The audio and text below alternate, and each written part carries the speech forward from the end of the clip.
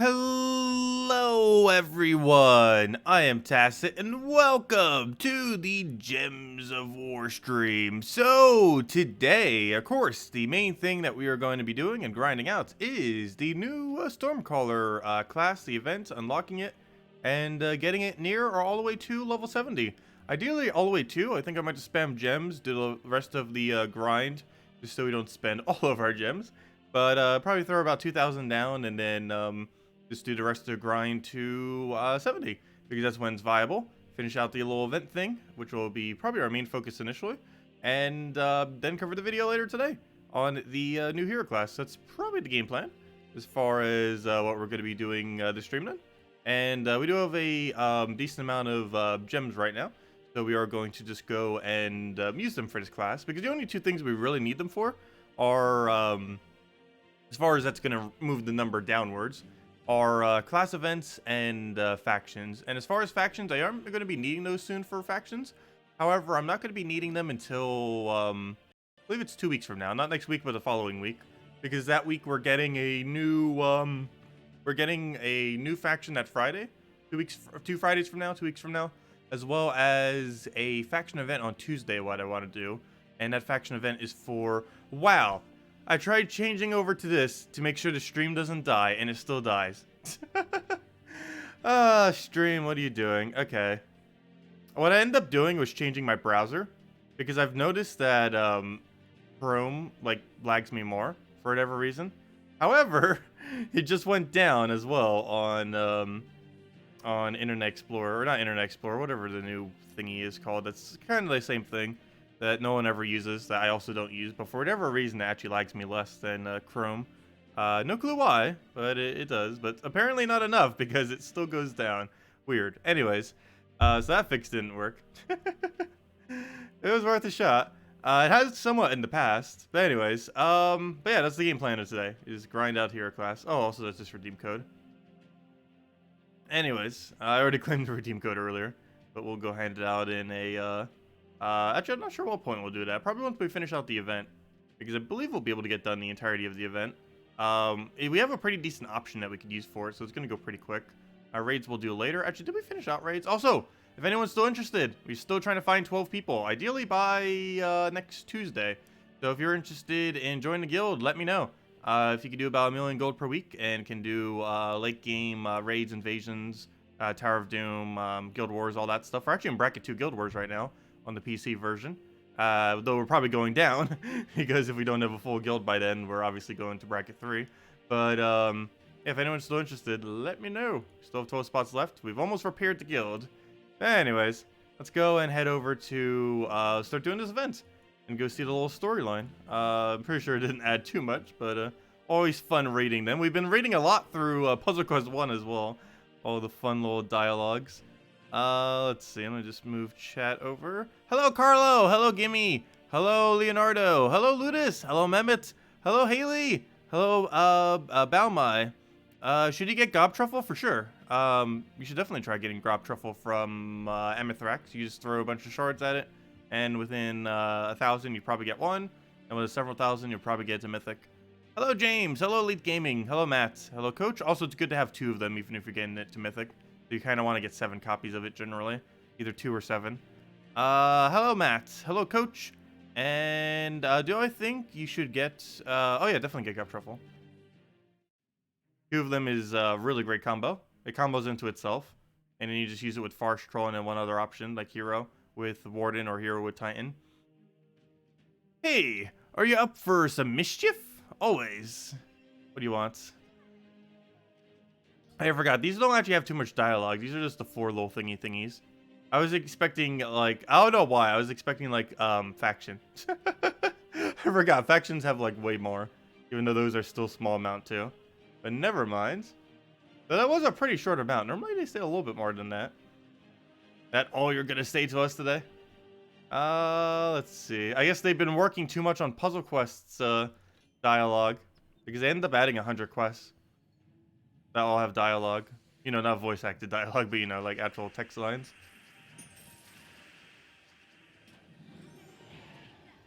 Now they're slacking on Gems of War because of that. Because they probably pre-did this content of Stormcaller like 2 or 3 months ago.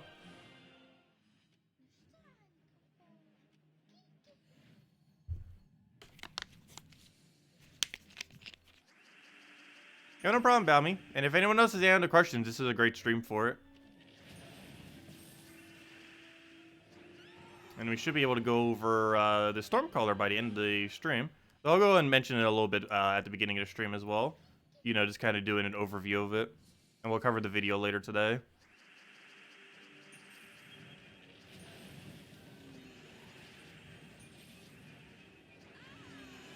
Well, we should be able to reach level 70 by the end of the stream.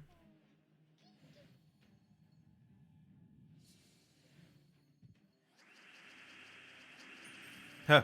Theoretically, we could reach it immediately if we overspend on gems. That's not going to happen.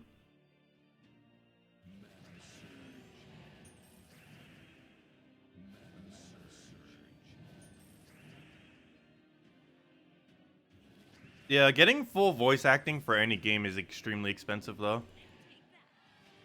Even getting low quality voice acting for an entire game would be ridiculously expensive. Nice work! His feathers are still sticking out for a week. Oh my. I caught him zapping some centaurs last week. Ouch. And I wanted him to... Oh, did I accidentally... You know what? The dialogue might have been longer. Did I accidentally click that in the top right? Fail if I did. Oh, because that skips all the dialogue. And all I wanted him to give him... and I wanted to give him a... Wow, why can I not read right now? And I wanted to give him a taste of his own medicine. We did that. And now, as a Stormcaller, you can dish out a little justice here and there too. Huzzah! I think I might have. Whoops, no wonder why I was so short. Haha. It's not too relevant though. I keep clicking that. You know what? I'm going to claim it now. You guys know what it gives. For when we hand it out later. Otherwise, I'm going to click on that like a billion times prior to us giving out the code. But let's go and do the Stormcaller now. So, Stormcaller, now that we have it. It has 2 good trees and 1 absolutely abysmal tree. As far as traits, it has 2 good traits and 1 that isn't so good. Same premise. But it has the main thing that's going to be used for, which is the Light Storm. Conjures a Light Storm at the start of every single turn. It's going to be the main aspect I use it for. Same thing as Pride Sunspear from Pride Lands. Has the same premise, except for red. Shock is just a little bit extra damage every single time you extra turn. Not an excessively high amount, but still starts to be quite a bit over time. 2 damage per extra turn. Definitely adds up, especially since it has a few other abilities that synergize with having extra turns being taken. But as far as the setup that you would normally set up for this, it has random summon storm, life, and armor. Generally, you're going to go into life. Then has mace, cleanse, and missile. You're pretty much 100% of the time going to go into cleanse. It's actually the best, if I'm not mistaken, the absolute best tier 5 upgrade in the entire game is cleanse self on every extra turn. Then we have all yellows gain 1 magic, recovery 2 every life, and then 10% yellow start. Generally, you're going to be going with the +1 yellow magic, since most things that you'd be using this hero class with are yellow, given that it has yellow storm. So, yeah, that would be helpful for them. Then create a brown storm, fairy fire random enemy when an ally dies, or a bunch of centaur magic, which generally you're going to do... if I'm not mistaken, the brown storm would take priority over the yellow storm for the very first turn. But since you already have perpetual yellow storm, you'd obviously just go to fairy fire. As far as the next one, all giant buff, which obviously won't be needed. Bunch of life on greens, or yellow allies gain 2 attack. It would probably be life on green. Even though your entire team is probably going to be yellow, having 2 attack on most of these kind of teams wouldn't really be useful. And the main reason why we'd want to get to 70 is it explodes 1 yellow gem on 4 times or 5 times matches. And there's going to be a ridiculously large amount of yellow gems on the board, that's for sure. You're never, like, not going to have yellow on the board with this kind of hero class. So, yeah, we'll work out nicely. And then, like many hero classes, it has pretty abysmal final ones.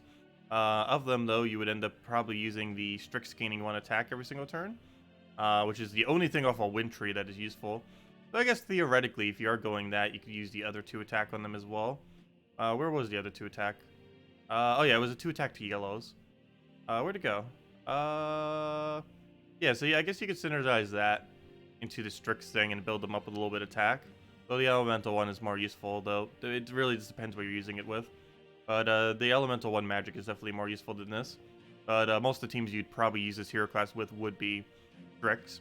So if you were to go that far, you'd probably just go into a little bit of attack. It's not anything too big. Start with 2 extra, and then you get a bunch of extra after that with it. Because most of the team compositions you would use do use multi-Strix with this. And the one I'm about to show actually uses multi-Strix too. I showed it on Monday, so you guys probably already know what it is. But I'm going to be using this team. I showed 3 of them on Monday for this event. There's the one that I'll be using most likely, this one, Nimbus Bow, Queen Zachi, Taloka, and Harpy Mage. Something slightly cheaper is Dawnbringer into triple Taloka, or really any weapon into triple Taloka, like a Mountain Crusher or Mang. And lastly, we have ourselves the slightly, or the absolute cheapest that we can really get away with to still easily do the event, and that's Mountain Crusher, triple Queen Zachi. I guess you theoretically could go a little bit cheaper than that, but you're restricted to Strixes from Suncrest. Oh, also, yeah, I forgot. The kingdom is now upgraded to 11 star now, too, now that we have the hero class for it. Does it go any further than that, or was it just to 11? I feel like it was supposed to go a little bit further. Yes, it was. Reach champion level 20 on the Stormcaller class. Okay. Well, that would be easy. Where am I looking for? I'm looking for games. Head back there. Let me go level it. Let's go buy our packs. So we're definitely buying at least to the emoji, that's for sure. Probably buying even further than that. But the emoji's on tier 6. Let's see what level that brings us to. Probably not far.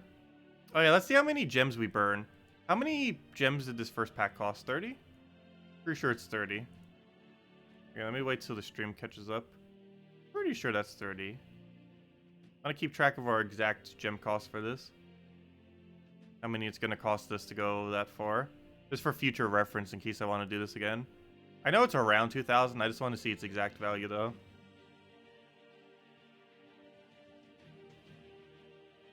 Down to the exact gem.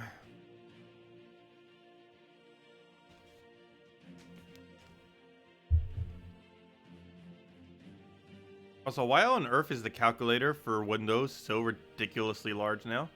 Might need to get a different calculator app. What on earth did Windows do to their calculator? This is the first time I've used it since the thing, since the update earlier. They made it all weird. It is so much different than before. Well, not so much different. It's actually somewhat similar, but I don't know. It just looks weird. Like the aspect ratio and everything of it changed. It still has all the same functions. Like they didn't even add any functions from what I can tell. Anyways. Where was I? 30 plus 70. Why am I even doing that? That's obviously 100. Let's see. 100. 250. I could just do most of this in my head, actually. I might bring up a calculator. 100, 250, 500, 1,000, 1,350. And then you spam the last one. So it's 1,350 to reach there. And then we just keep calculating 500s. Sounds like a plan. Okay, so buy up all these. 100. 250. 500. 850. 1,350. What level is that? 40 on the dots. And now to burn through a lot. Let's see. So let's go calculate out more stuff. So that was 1,350 gems. Now, how much EXP was that total? This one I'll need the calculator for because it's not as straightforward. 360 plus 250 plus 150 plus 50 plus 20. And that brings us to 830 EXP. Also, ouch, that's almost 2 gems per EXP. Until we get to the final one, then it's 1 gem per EXP for each. But 830, we take 830 and subtract that from 2,525. Subtracted by 830, which means we need 1,695 EXP.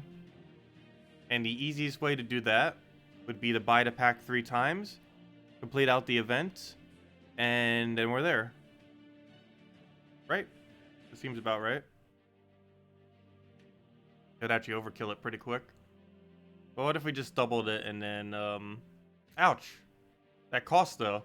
That's 2,850 gems. If we do it like that. It actually would make us go below, the thing. So we do get some gems back from the event. I don't know, it would get it done pretty quick. It is tempting. Plus, if nothing else, we get leaderboard. We probably get 2nd place leaderboard. With that many. Maybe not 2nd place, but we'll see.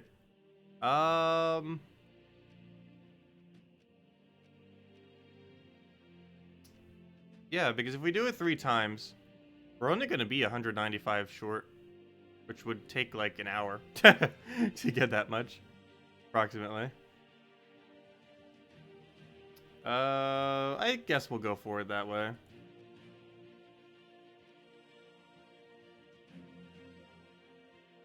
That way we can actually go and mess around with it on stream.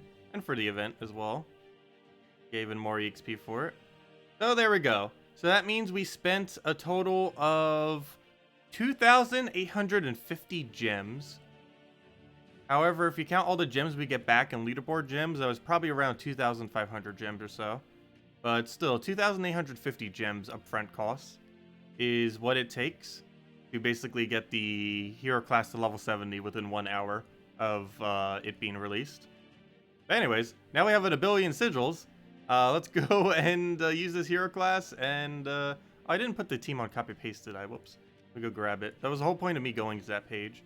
Also, we got to level 12 now. I don't think we can get any further than that. Let me check. Oh.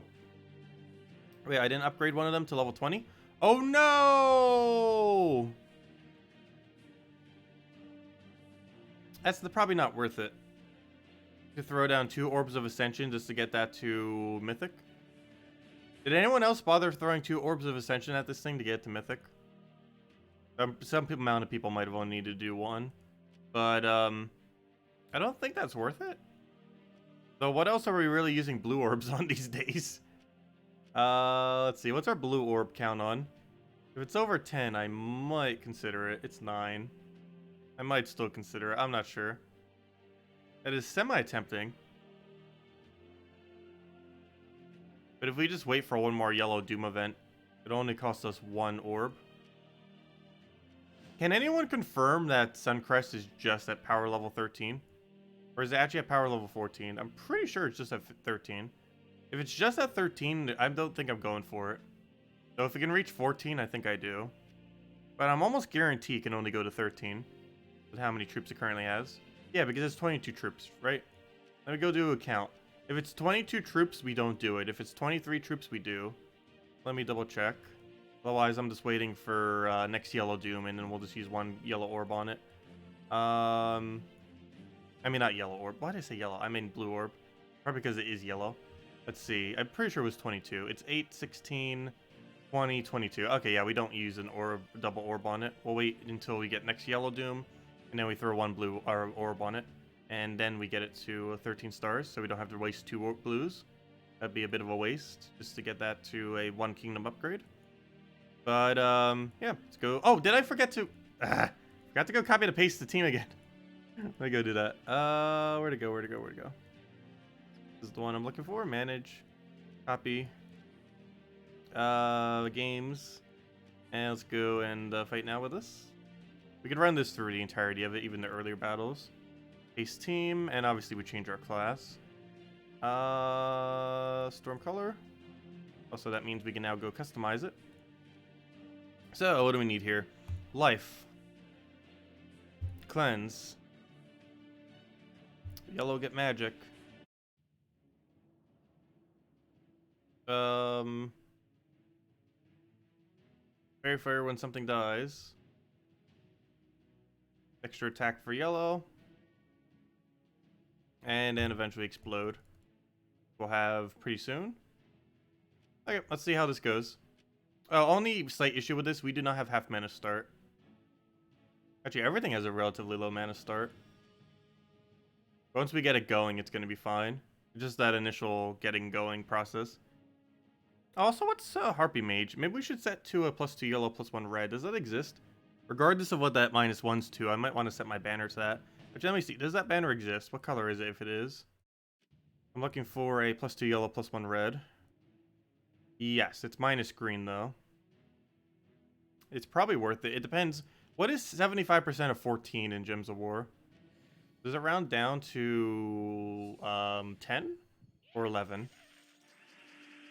Okay, it rounds down. Oh yeah, duh. We have enchant, so it doesn't matter as much. Never mind. We're gonna have full mana on her even without it. I don't need to set it to that. Never mind. I don't need to +1 her.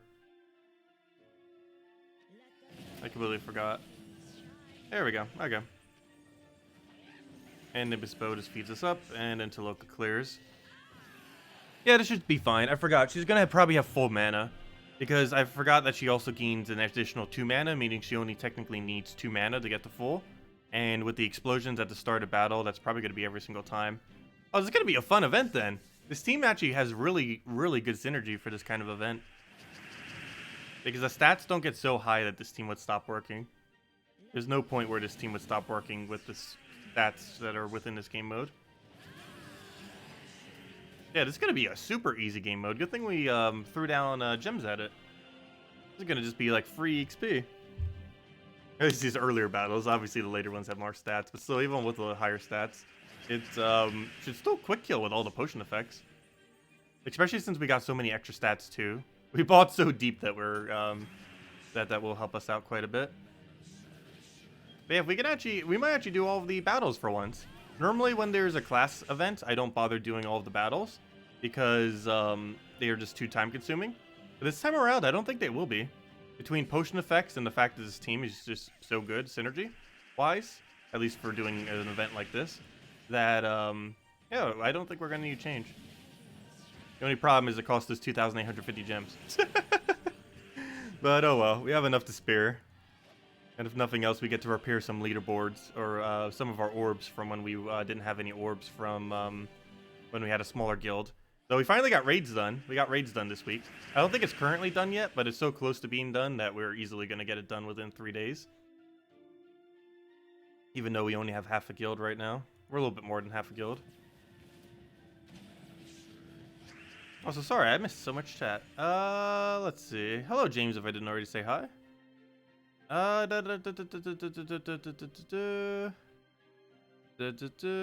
Infinite Lightstorm is what this class mostly does. The basic premise of it. I'm seriously underestimating this class. I did not say it's bad. I said it was above it's in the upper half of hero classes. I at no point said this hero class is bad. It's a really decent one. I just said it wasn't one of the absolute best in the game, but it's pretty high up there. It's like Bard level good. And it's used for very similar things. It's also around the same classification of what Sunspear is used for. Sunspear is like the closest equivalent to it. And I consider Sunspear probably top 6 or so. It's not like one of the absolute most immediate hero classes, because the biggest issue with this and Sunspear is you get around 80% of their value from simply fully trading them. And that's the biggest, not necessarily downside to them, but the hero classes start functioning just with traits. Like, you theoretically don't need a level at all. Death Knight's kind of the same way, except he doesn't even benefit from traits, whereas obviously this one, or from perks I mean, whereas this one and Sunspear actually do. But they do gain most of their potential the second you fully trait them. Because the primary thing you're using this for is Perpetual Yellowstorm. Same as how you would primarily use a Sunspear for Perpetual Redstorm.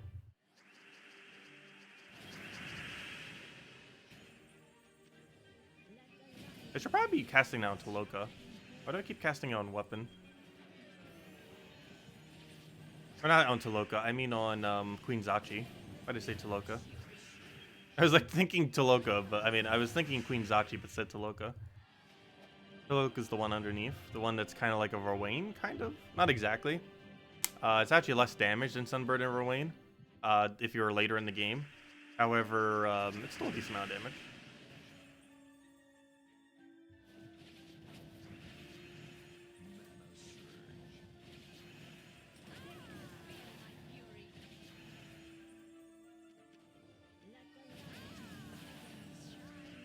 Oh, what am I doing? We could just Toloka killed.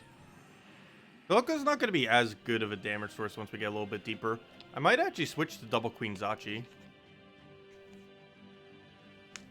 Because once we reach the final area, Queen Zachi is just going to be way better. So we'll probably consider that. I'm not sure how much mana we can really get if we have double Queen Zachi. Obviously the first one will fill, the second one not so much.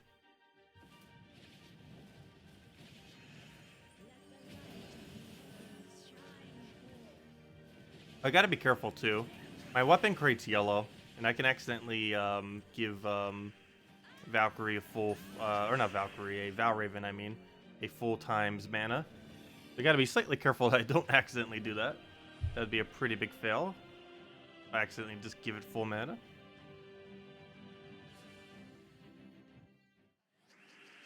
Also, hello, Starlight. It works pretty good with your raft team. What raft team are you using it with?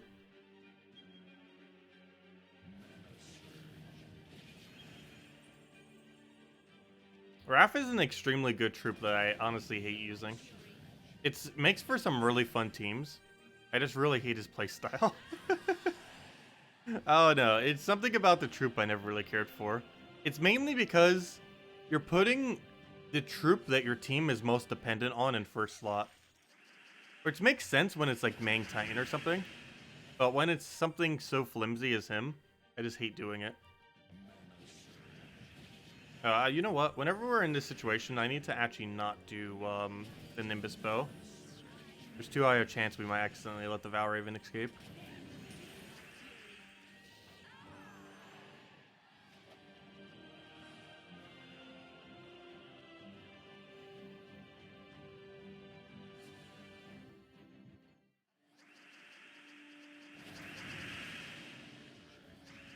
Toloka behind a Dawnbringer isn't supposed to get mana. The whole point of the Dawnbringer triple team is just to run for the first few battles, the first few free ones. That's the whole premise of it, is just to run through those really quickly with Dawnbringer high damage output. And then if you take an extra turn, you just do a free 30 damage. But it's mostly just for if you were spending no gems on this event. Was what that Dawnbringer triple Toloka team was for.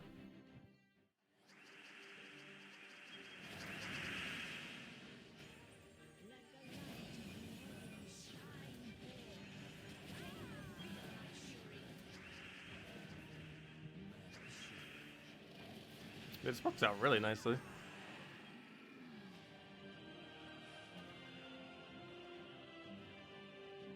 What is a good team for invasion? What invasion? Do you mean raids this week? Because there's a raids going on right now, not an invasion.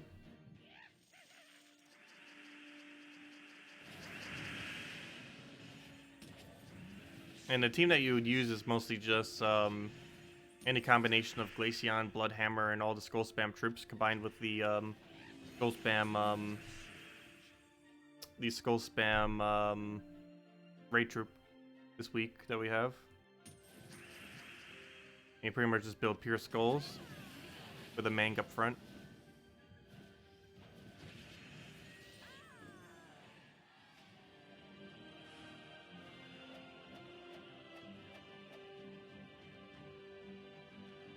You end up burning through 2,850 gems. That's why our gem account just went down by so much.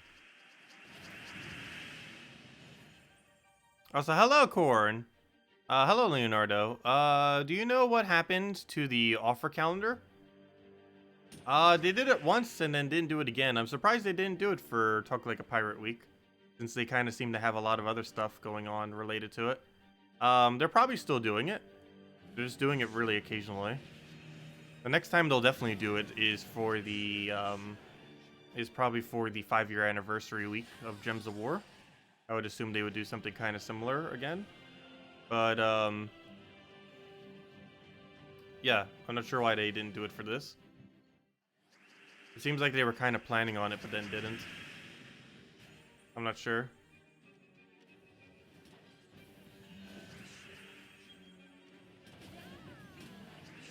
You moved Harpy up front? Which Harpy? They're all Harpies. They're technically all Harpies. Well, not all. Those two are Harpies, technically. I assume you mean Harpy Mage, because that's the only one that actually specifically says Harpy. Even though Queen Zachi is also a Harpy.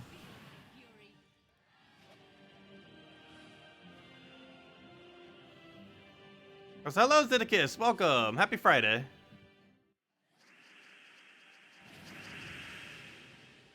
Let's see. Oh yeah, this hero class was pretty bad before they changed the last trait. It was actually going to be in bottom half, but then giving it Yellow Storm made it in top half. Amazing how one trait can change a troop that much. From being bottom half to like probably the top 1/4 for hero classes.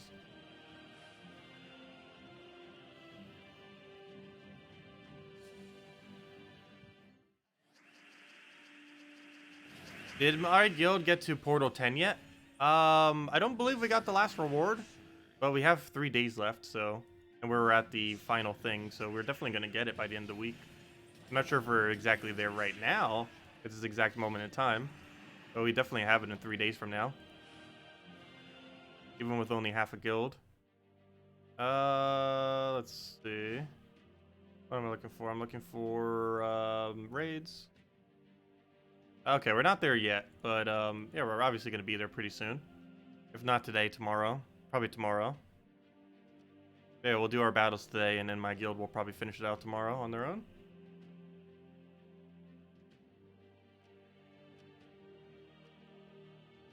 Also, we have so many battles left. Let me go claim our, gem thingies. Actually, we'll do it all at once. We'll actually wait until we get the final reward, and then do it all at once. And now it should also get us to... One of the reasons I want to do it like that is that should immediately get us to level 70 when we do that.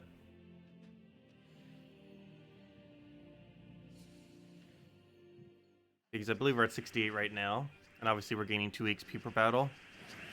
We're using the class. And then we'll get immediately to 70 once we claim the things. We get all the way through.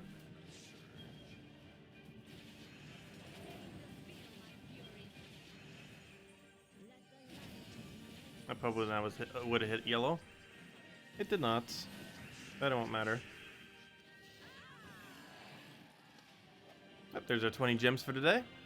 Oh yeah, did we have anything good off of the board? Oh yes, we did. We have Red Deeds. I remember now. Red Deeds is a legendary. If any of you are curious where to use Red Deeds, right now, Mist of Scales is theoretically the best location. There's 2 best locations, Mist of Scales and Dragon's Claw. Depends what you want. Mist of Scales is the only red kingdom with a faction currently, and Dragon's Claw is the best team bonus of any of the kingdoms that are red. But yeah, we're just working on this. Looks like we can get our first level 14 kingdom. So it looks like red might be the first one to reach max, because we currently need 13 more scrolls, and by 13 I mean less than 13, because we have 6 right there. So really, we only need 7 more red scrolls. And as soon as we get 7 more red scrolls, we will have the first 15 kingdom in the game, which is whatever red kingdom you decided to put all your red scrolls in. But yeah, Mist of Scales is currently the best. My game plan is probably max out Mist of Scales. And as badly as I want to get Dragon's Claw maxed, I think the game plan is max Mist of Scales, and then wait until we get a red faction. And then once we get a red faction, throw all of our reds into there. The only way I wouldn't do that is if we get so many reds that we could max out this. But I highly doubt that. We'd need to get, not only would we need to get Mist of Scales maxed, but we'd also have to get an additional 30 red after that. But if there's somehow not a red faction by the time that's possible, I'll probably go for this one. But if we do end up getting a red faction before then, I'm just going to go do that instead. But anyways. Yeah, Missing Scales is where you should be putting them if you want to use them somewheres. And I would advise doing that just because it's... we already know the next 2 factions are not red. Next 2 factions are yellow then blue. If you're saving them for new factions. Because I know some people are doing that strategy instead. Rather than upgrading already existing stuff.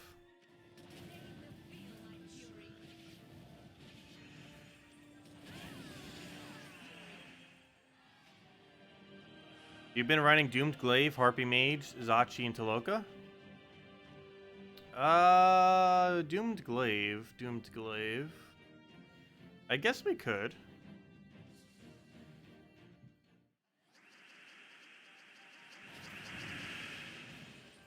Oh, why'd I do it there?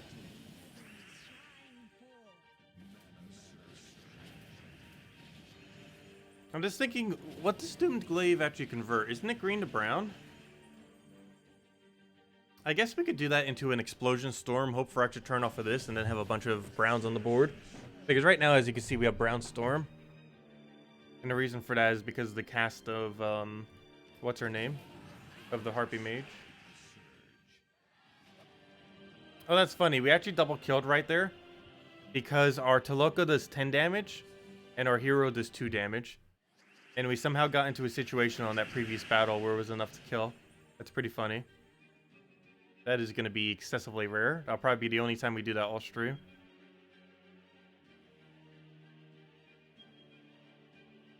Wrath, Glaive, Skyla, and Possessed King. Sounds decent. I've been using him too much. I probably should be again. I know he works good for pet battles. My biggest concern always with PvP is that he's just too high of a lose rate against some of the meta. But in all fairness, a lot of things would be like that. It would definitely help rush them down before they can rush you down. Also, we wouldn't have to worry about what's it called? We wouldn't have to worry about life and death, because one of the easiest methods to take it out is skull spam, which would be exactly what we'd be using.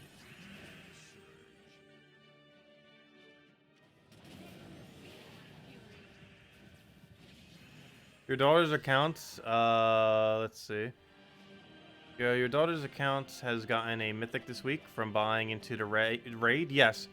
You can get mythics from class events, raids, invasions, and all those kind of things if there is a mythic within the drop table. For example, all of the... Actually, no, she is not considered that typing, is she? Never mind. But if there is a mythic within the drop table of whatever the typing is, it can be dropped from the raids, invasions, class events, and stuff like that. I may have to go double check. I don't think the mythic for this kingdom is actually Strix. It might be. It doesn't seem like it should be, though. I think it's elemental something. I don't think it was actually Strix for this one. But that can happen. If it is within the drop table, then it will drop. Or, you know, if it's within the typing of whatever it ends up saying. So, for example, Raids definitely has it. Because right now we have a Raids of Droxzoom, which means there's actually 2 mythics that you could theoretically get from this event with the Droxzoom restriction.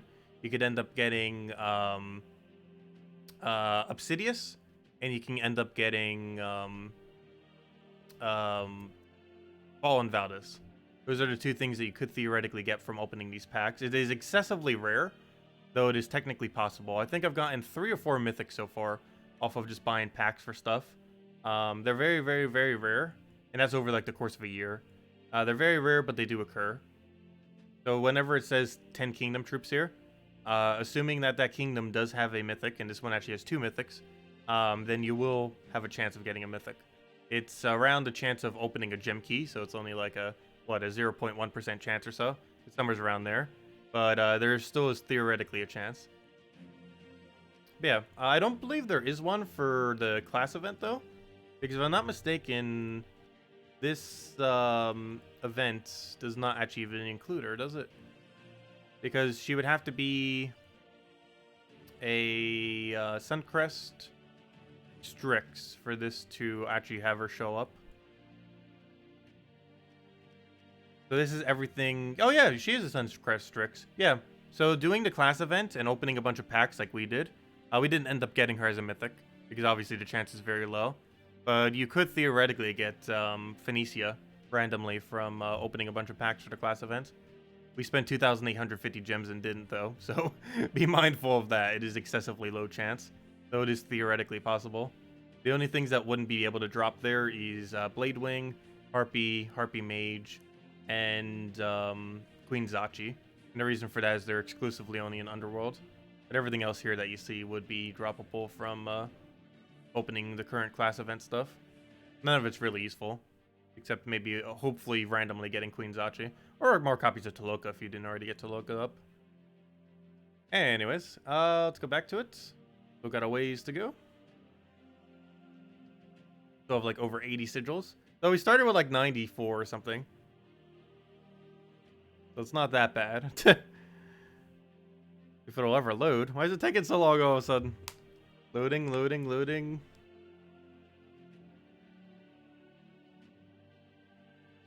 How to gain more glory per week? You farmed and you farmed and you just gained close to 6,000 glory.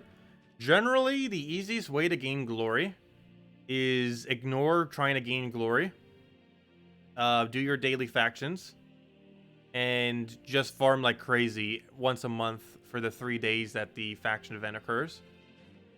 The rate at which you get during a faction event is around 2,000 per hour. And it is so much higher than any other method you could ever do that you might as well just wait for faction events. Because it is just absurdly high how much glory you can get from glory gnomes. It's around like an average of 1,500 to 2,000 glory per hour. And you can get even higher than that. You can theoretically get as high as like a 4,000 glory hour. But realistically, it averages to about 2,000 or so.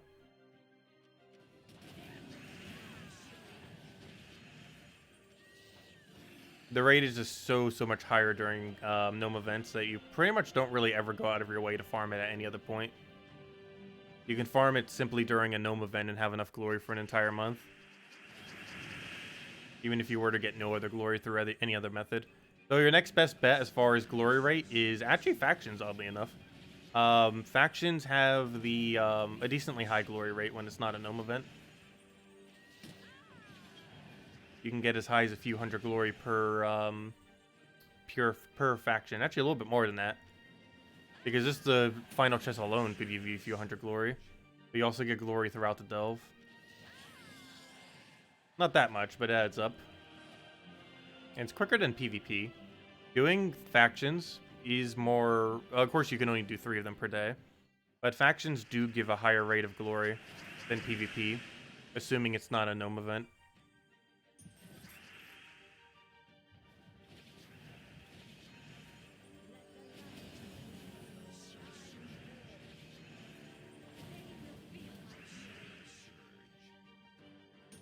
Yeah, faction events also give you a lot of glory for the same reason.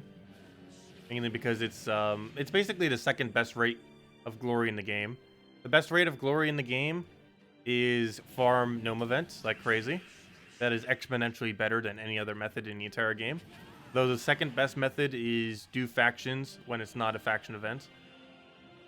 I mean, do factions when it's not a gnome event, I mean. Which is the second highest rate of glory in the game. Particularly if it was something like a Friday event week, where you have 3 days to do it. Or the Tuesday ones work decently too.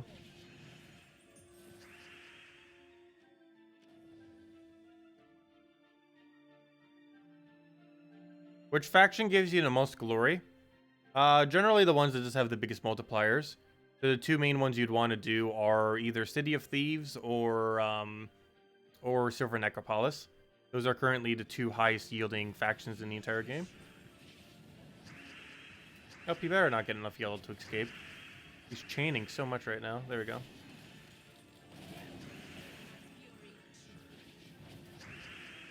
We might actually lose our first slot. It does not have that much skull protection, though our stats are so high that I don't think we will lose it.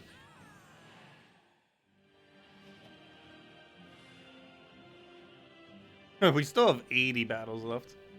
And by 80 battles, I mean way more than 80 battles. Because if you count all the Vow Ravens, it's way, way higher than that.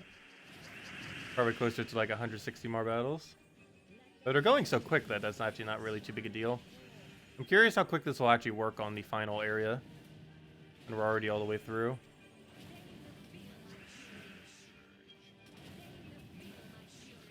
That should be enough damage to kill. I keep underestimating how much damage actually is. It's almost 200 damage, how much he does. In the context of how much stats we have right now. He doesn't normally do that much, but obviously we have potions and everything. It's not as much as Queen Zachi, overall damage, but it's pretty close. Zachi is currently doing about 200 damage to the opposing team, whereas Taloka's doing about 180. So it's not that big a difference.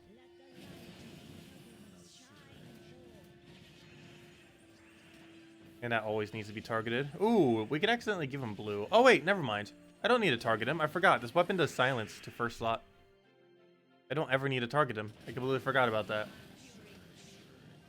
Oh, that's actually really useful then. Because there's some annoying first slots. Him being the most annoying one. May as well do epic battles. No, I'm going for leaderboard.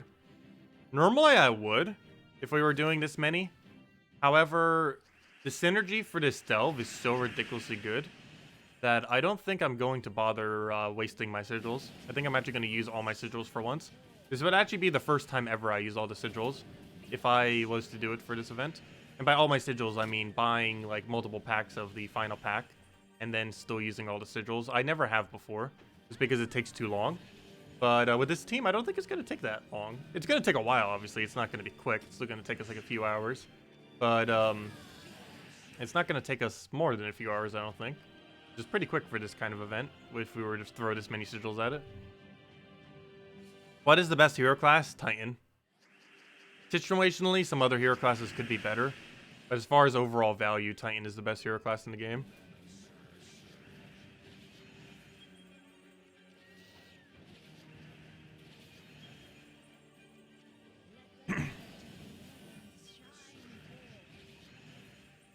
Hello, Isabel. Welcome. Also, hello, Rage. Welcome as well. Which of the two kingdoms after Broken Spire do you recommend? What do you mean? As far as doing them initially? I'm not even sure these days because they end up completely revamping how kingdoms work as far as what order you need to do. Honestly, in the current state of the game, the kingdoms you should focus on when first starting out are literally all of them. Just because of how they revamped the current system of how you do kingdoms. But honestly, you should just be doing literally every single kingdom as soon as possible in the current state of the game. Though, one thing that is still worth going for, if you are just starting out, is Pan's Veil. Pan's Veil has the strongest early game troop in the game, which is something you almost never see me use because it's completely useless in late game. But Elwyn. Elwyn, ever since it got buffed to a 7 times boost ratio, is now the easiest, best troop for early game that's accessible to early game players. It's even better than Rowan when you're at a very low level. Like if you're under 200, it's actually better than Rowan. Prior to having all your kingdoms to level 10, it's basically better than Rowan. Or at least all your armor kingdoms for that matter. So, hello, Drock. Welcome. Yeah, generally on Tuesday faction events, you spend 30 gems in order to get enchant and in order to get all rewards. It is theoretically possible sometimes with enough luck to not need to spend 30 gems. However, the amount of speed that you increase the delve by having enchant, it's pretty much always worth going for it. Even if you wouldn't have needed the extra sigil, it's still worth going for. Just because of how much it speeds you up. You were hoping you could get an invite to your guild? Sure. Savage, we can get you in. You can do 1 million gold or so per week, right? If so, then we'll get you in.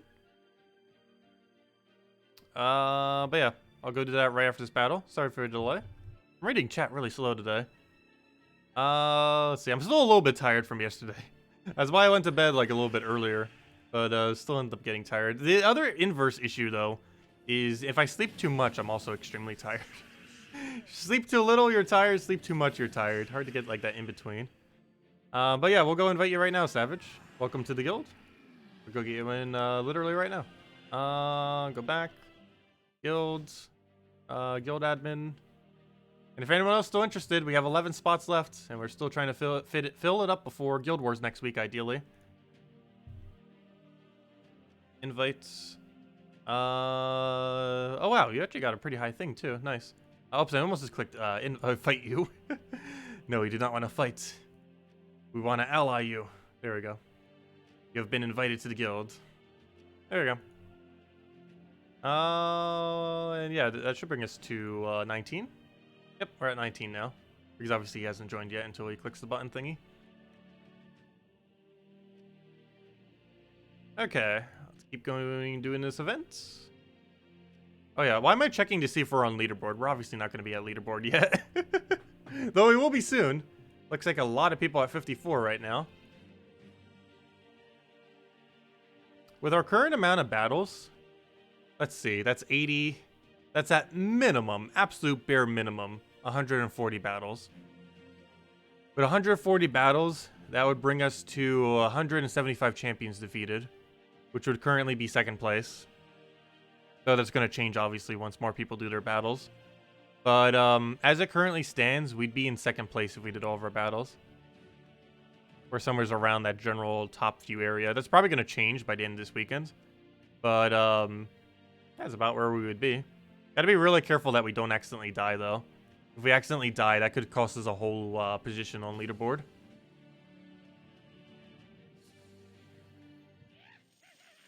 Because I'm pretty sure most people aren't going to spend more than how much we just spent.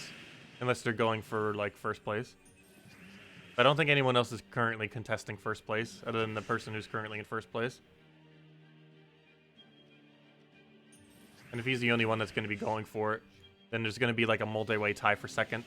I wish people would do that more often. If you multi-way tie a position, you do gain, every single person gains the reward. Theoretically, if everyone wanted to gather in the game, though, it would be ridiculously hard to do it. To extremely exploit Gems of War, all you'd have to do is get almost every single person in the game to agree to tie. Which would be near impossible to do, because someone would always mess it up. But if you could get, or someone would want to, like, not do that in order to make sure other guilds don't get as much progress. But, theoretically, every single person in the entire game could tie for first place if every single person somehow coordinates to tie at the exact same score. It'd be near impossible to do, but it would be pretty hilarious. That is actually theoretically possible, but realistically improbable. I'm not even sure what the biggest multi-way tie for first is. I don't think we've ever seen more than 10. I don't even think we hit double digits yet. I'm trying to think. I know there was a 6-way tie on Switch before. Not sure if consoles hit pretty high. I think the biggest on PC was 5, unless I'm forgetting of a different one. But it is technically possible to do 1,000 first-way tie, or first-place tie, or 10,000, or 100,000. It would take an absurd amount of coordination, but it is possible. Though they would probably fix it before we could ever get that much coordination on it. They currently said it is allowed, though. Because they don't really intend on people doing like that big of a tie ever. Yeah, 12 sounds like it would be about the highest that's ever been done. It's really hard to do more than about a dozen or so. Because you have to not only beat out every single other person, but you also have to coordinate with everyone who is going to be tying to get the exact same score. And in some events, that could be harder than others.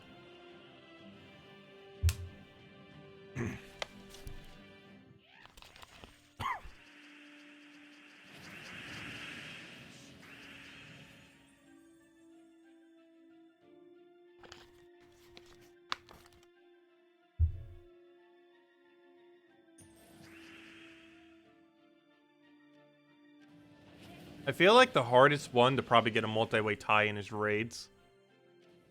The easiest one is probably class events. Which is one of the reasons why I was saying I would hope they would all tie at that location.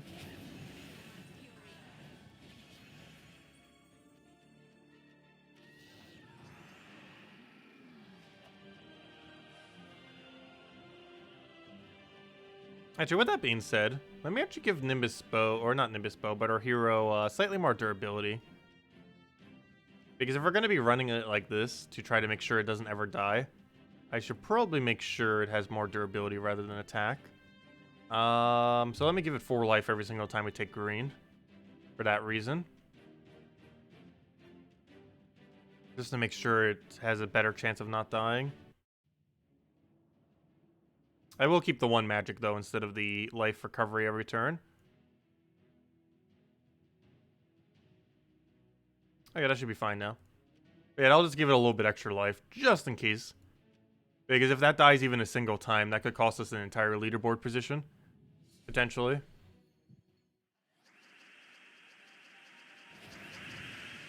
Though we do have some summon as backup. Both Queen Zachi and Harpy Mage have a summon. This one has a 25% chance to do it every single time an enemy dies. And this one has a 30% chance of doing it every single extra turn, which would be the main one we'd obviously try going for. So if it was to die, it wouldn't be the end of the world, but still, it's something we ideally wouldn't want to see a single time.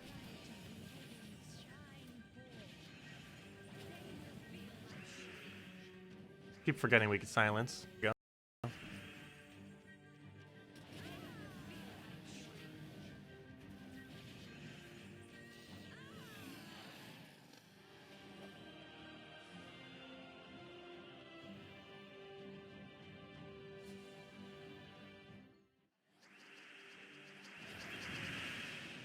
Did the stream just die again? It did for a second.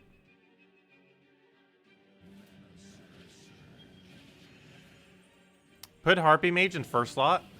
That would be an even higher chance that it would die. Hero has more durability than the Harpy Mage. Also, if we put it in second slot, it wouldn't be blocked. We're not really casting it more than once per battle. I don't really think the order matters too much.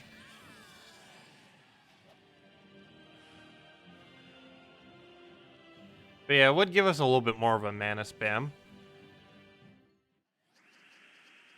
But lately, we haven't really been needing that extra damage.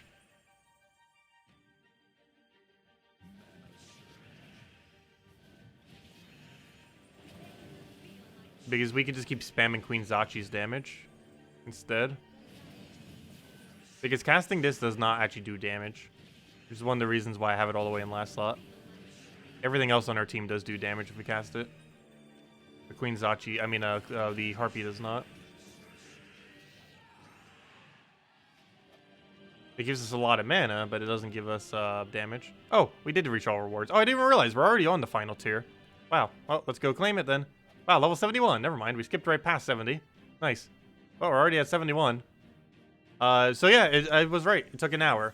So if you spend the very reasonable price of 2,850 gems, it only takes 1 hour to get a hero class to 70 if you do that. Obviously, that's not actually reasonable. But, yeah, it costs 2,850 gems to get a hero class to level 70 in 1 hour. Hey, a blue orb. Well, that makes up for it slightly. The fact that we just threw down so many gems. But, yeah, 2,850 gems gets you a hero class to level 70 in 1 hour. Seems to be the case. Probably even less than an hour. But let's go and, well, I guess it depends on the event. So yeah, I guess 1 hour makes sense because this event's a little bit quicker than how an event would normally go. Most class events do not go this quick. Even if you were to have bought in this far into the packs. The only reason it is because, it's just because this team is so strong. They're pretty decent synergy. Not the best team in the game, obviously, but as far as doing a class event, it is absurdly strong. Relative to what you would normally have available options. Oh! No! Double no! Ah, why you gotta do this? Don't you dare miss. Good. Wow, that was close. Okay, we didn't lose a Valraven yet. That would cost us a lot of leaderboard positions. Okay, I gotta be more careful with that. Whoops, that was almost really bad. Luckily, we got lucky on that 30%. It's gonna happen eventually, though. I'm actually surprised it hasn't yet. Not only do we create yellow, but we have perpetual yellow storm. It's only a matter of time before a Valraven escapes. Well, we got lucky on that one.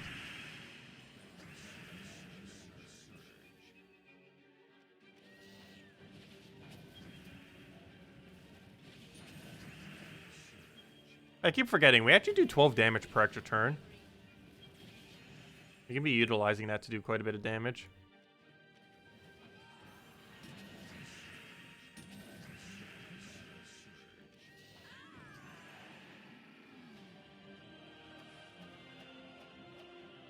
Mountain Crusher 2 times with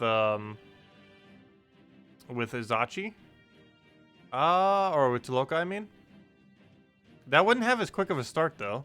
One of the whole premises of this team is to immediately cast Harpy Mage. Or at least second turn the Harpy Mage. In order to feed everything with mana. Double Toloka would be very strong, though. There isn't room on the team for it. Because I need Harpy Mage for the quick start. And the reason we're using the weapon is mostly for the silence option.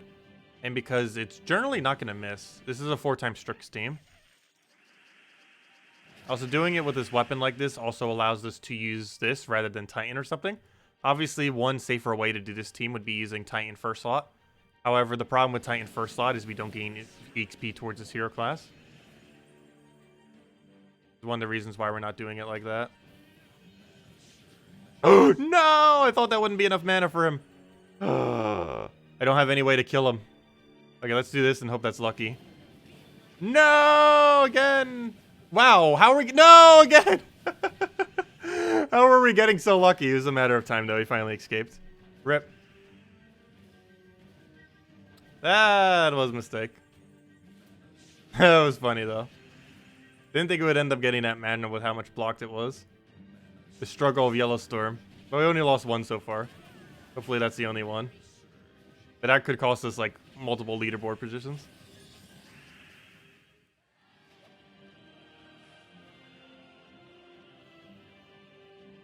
That's one of the other reasons for Nimbus Bow, too. If we really had to, we have a backup single target plan. But not if it gives it full mana like that. That's going to happen a lot more, probably. That's going to happen regardless, though. Because it has Perpetual Yellow Storm.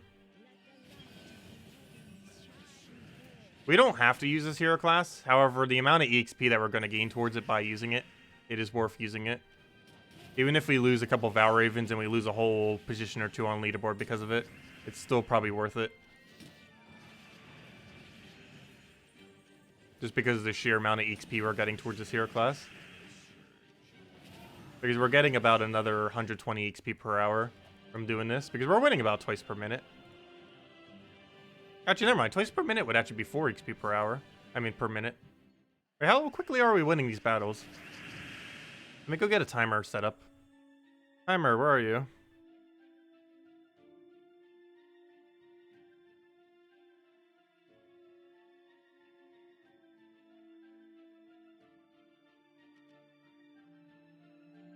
I'll throw that down for now.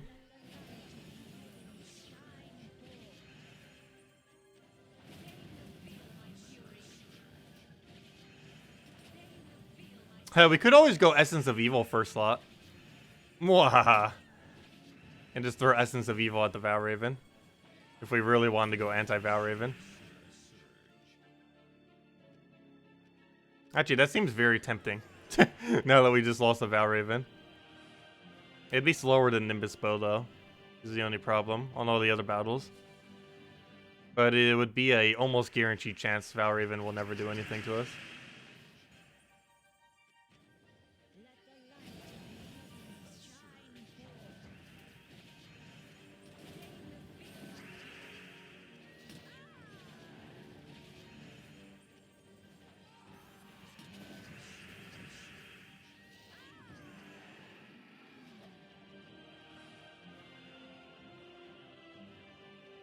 Let me see. What is Plum Staff again?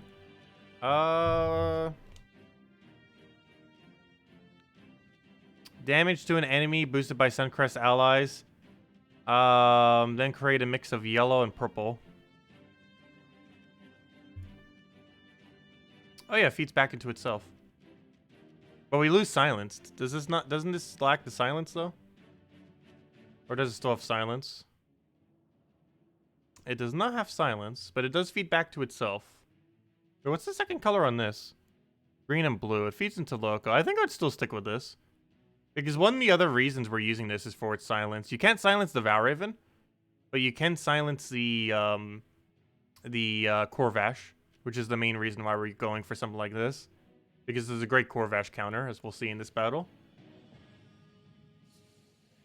It makes... Oh, well, not if the Valraven's there. Well then. Oh, we didn't get full mana on the other thing either. That's not good. Take that over. Grab a explosion on that. Get it rolling. I feel like I should just target it directly just out of safety's sake.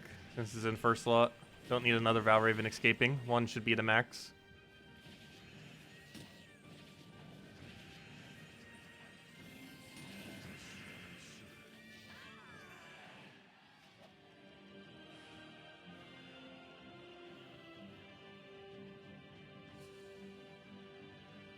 Is the weapon that they're selling today worth anything? It's completely different for every single person, so I have no clue what weapon you're referring to. Every single person has a different weapon there, because it shows a random weapon that you currently don't own. So that's completely different for every person. I've never actually seen a single one of them, because I own every weapon in the game. And have for the entire time that they've been running it. So, if you tell me what weapon it is, I can tell you if it is. But it's unique for everyone, so I have no clue if it's worth it or not. Until you let me know what weapon it is.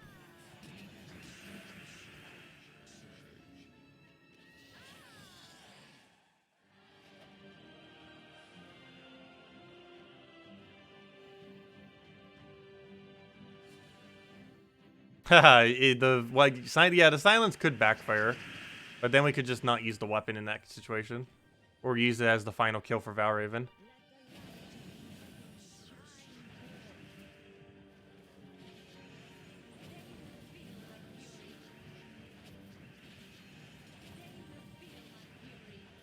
We probably shouldn't see too many Valravens escape.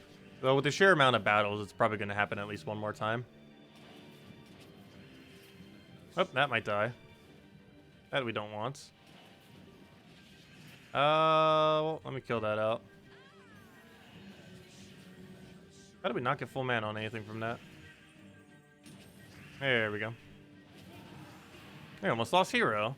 Well, it wouldn't be as bad because we used extra turn spam for it. Oh yeah, I put up that timer so we can start timing, and I didn't even start timing. Let me go see how long this one takes and a few other ones. It feels like we're doing it about once every 30 seconds, so it might be a bit slower than that. Up Valraven, I probably shouldn't overly speed through this one, shouldn't I? Let's see. I don't know if we could even find a move. Well, let me take yellow for the obvious reason. Because each of these battles you have to keep in mind are 2 EXP per battle.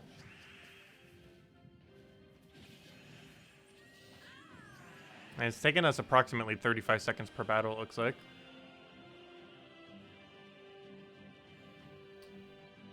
They were both around 38, actually, seconds. Both times.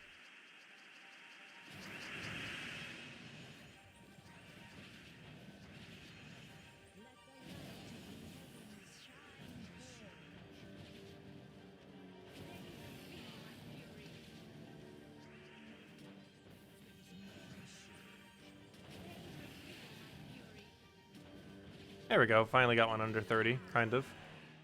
Count all the screens up to that point. It's actually a little bit further, though. Yeah, 32 seconds. Yeah, it's still pretty high. It's like 3.7 EXP per minute. Which is decently fast. It's higher than Explore. Actually, that's potentially the same as Explore if you go like super quick in Explore. Did it really just live with 1 HP? Come on. There we go. My stream is dead. It's up. Is it dead? It should be up right now.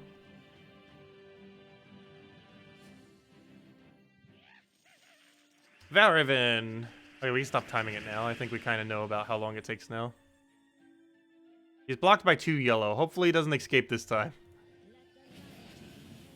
Don't even think about it, Valraven. You're blocked on so much mana. There you go, now he's dead. There we go.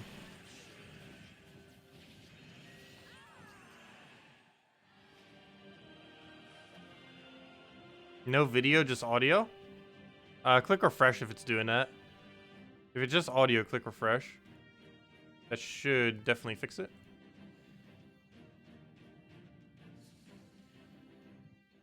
I'm even refreshing myself. Though that won't really do too much on my end.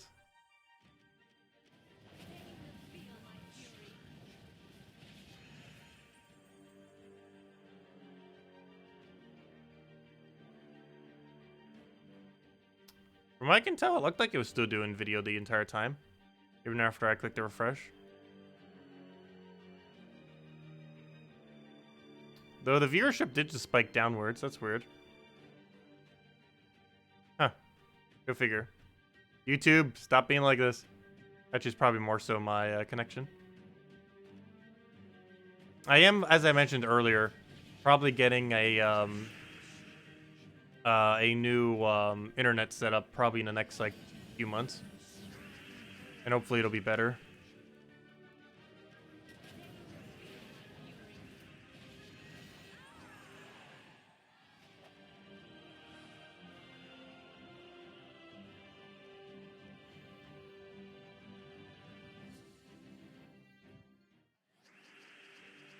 If the quality's still low, it should be fine now. Try clicking the cog button for the settings and click higher resolution. Because unless you specifically click there during the stream, it's going to default to auto. And if you default it to auto, if my connection or your connection is bad, it's going to go to like 144p or something. Let's do something ridiculously low.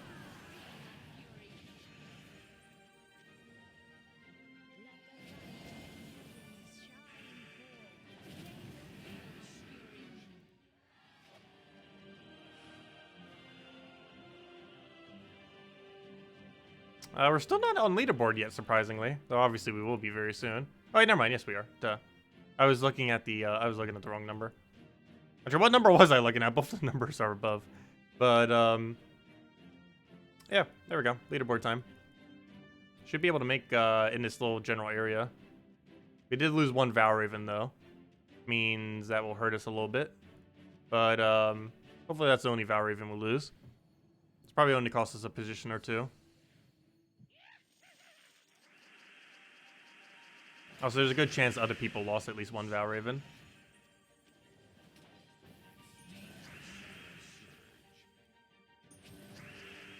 After a certain amount of battles, you just naturally would lose 1 due to pure luck. Or unluckiness, I should say.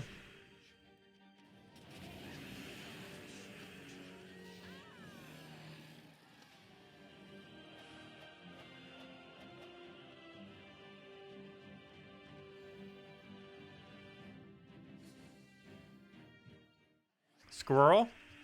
No, we'll be giving out a code soon. I said after this event. However, I guess we should have kind of give it out at level 70. So, I'll probably do it once we reach top, I don't want to say top 10, because I'm pretty sure everyone who's currently grinding for top 10 is contesting for it. Probably at top 20, we'll hand out a code. Because that should be within the next half an hour or less. Probably even less. We're like 40-something right now. And that's going to go up exponentially soon. Because most people didn't buy packs this far. Some people might have. Like the ones who wanted to get the class leveled really quickly. But most people probably didn't. Just because obviously 2,850 gems and similar amounts are very expensive. Class events are actually the biggest waste of gems in the entire game. The only reason I specifically did it was so because we're getting decently close to having all classes maxed in the entire game, and I really want to reach that. And the other reason is so we can cover this for a video, which I'll be doing actually after the stream, covering various stuff with this class. Not like immediately after. I'm gonna be grabbing food after, but you know, like, well, probably almost guarantee, though not 100% guarantee, before before tonight's stream, be able to get that out. And this is a pretty relevant hero class because of yellow guild ward and everything that could be used with. No, Trickster Shot wouldn't be a better option. Trickster Shot is a really, really slow weapon. It's good when it's about your only damage source, or literally your only damage source. But when we're quick killing like this, it would be very, very slow to run Trickster Shot.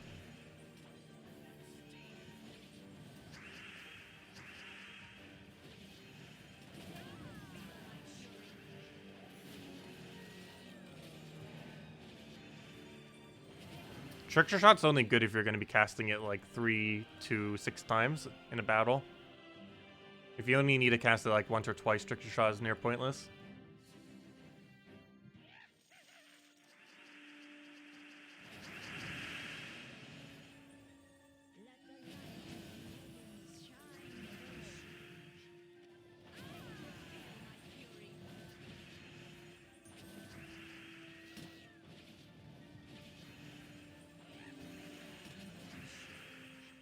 There we go. No Valraven shall escape us again. Alright, let me go close the timer. I don't need that anymore, do I? We get rid of that. We know about how long they take. It seems to average around 35 seconds per battle.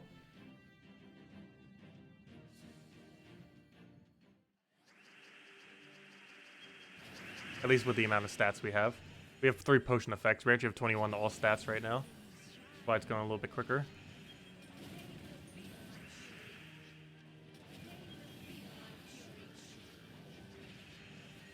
Oh, that was like a 25-second battle right there.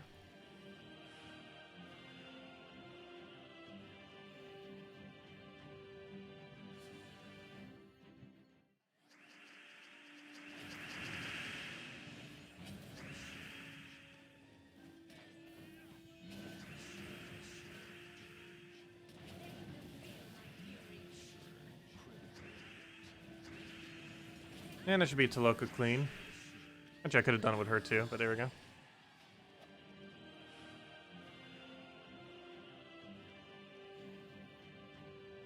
What is your opinion about the class weapon? It's okay. I actually didn't bother looking at it since it just got released. I know what it was based on spoiler stuff though. If I'm not mistaken, it's 15 true damage to everything based on some condition. And then true damage to a single target. Whatever that condition is, if it's met, it's probably worth it. Otherwise, probably not. It's a great early game weapon, if nothing else, for true damage. Not sure you'd use it much in late game, given that most of its damage comes from its AoE true damage that's static at 15. It reminds me kind of like a Dragon Soul in that regard. And that it's absurdly good in early game, but not so good later in the game. Oh yeah, it's based on any storm. Is this based on a specific color storm? Let me go look at it real quick. Let me go see what all of its perks are too. It's definitely a decent weapon. It's more of an early game, mid game weapon though than late game. I'm looking for upgradable. Actually, no, I'm not. I'm looking for rarity, I guess. Too bad you can't do rarity and upgradable simultaneously. Forget what the name of the weapon is. Okay, maybe I should just do upgradable and look for the color of orange.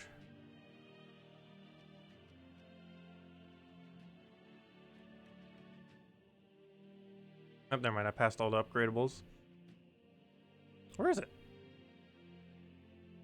Where'd it go? Or not orange. No wonder why I can't find it. Duh, it's a mythic weapon. It deal damage to an enemy. If there is a storm of any kind, deal 15 damage, true damage to all enemies, and removes the storm. Also, fun fact, this is currently the only storm counter in the entire game at this exact moment in time. This is the only weapon that currently has a way to deny storms. Not just change a storm, but to completely stop a storm. There is currently no other option in the game that does this. So it's actually the first anti-storm weapon. That's pretty cool. But yeah, for that reason, it's probably pretty decent alone. It's currently the only thing in the entire game that is anti-storm. As far as perks, gains a little bit of mana, so you can keep spamming a little bit. Drains a little bit of mana from the first enemy, so that's going to be annoying to them. 3 random destroy is okay. It could backfire, obviously, but overall, that should be better than worse. It's you definitely want to get it for the 4 mana, though. So you'd only need 10 mana, maybe even less with the 3 destroy. But it's okay. It's mostly an early game weapon, though, because a good majority of its value is from the 15 true damage it does, which would do 60 total true damage, and then you get your little poke. But a good majority of its damage is from the 15 to all enemies. And later into the game, you get the less effective that's going to be. But yeah, it's probably a great... it's probably the best yellow weapon for early mid-game. Even better than that one AoE weapon that was added for that other class. I forget what it was called. But yeah, that's basically the best yellow weapon now. At least from an early game perspective. Possibly even general, but it's really situational in late game. You would only specifically use it as a storm counter in late game. And that would be it. Just to make sure that there's no storm whatsoever. And very rarely would that be viable. Normally you actually want a storm in play, because it will normally help you more than it will help the enemy. Unless it's a storm that's really anti to your team, that's really good for the opposing team. But in most situations, a storm just helps speed up the rate of the battle. And that is generally good, because you want to win quicker rather than slower. Guild Wars is probably the only instance where you might want to deny out a storm. Can't really think of another context where it would be worth it, relative to just using the storm and just cooperating with it, or changing your team up for it.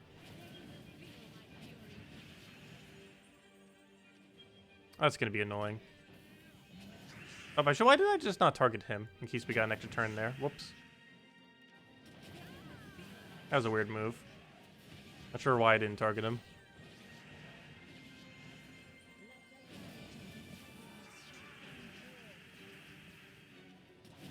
There we go.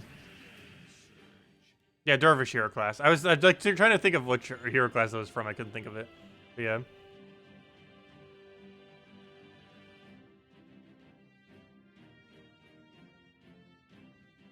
What is my upload speed? I actually forget off the top of my head. I haven't checked it for a while. What the actual effective upload speed is. Because what they say you're getting and what you're actually getting is generally 2 different things.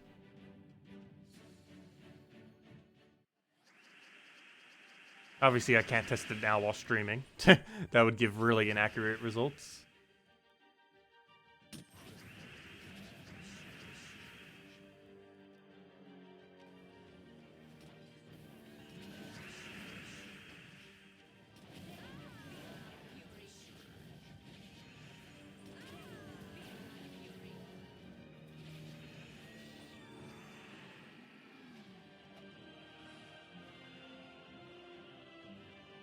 Well, we used about half the sigils so far. Almost half.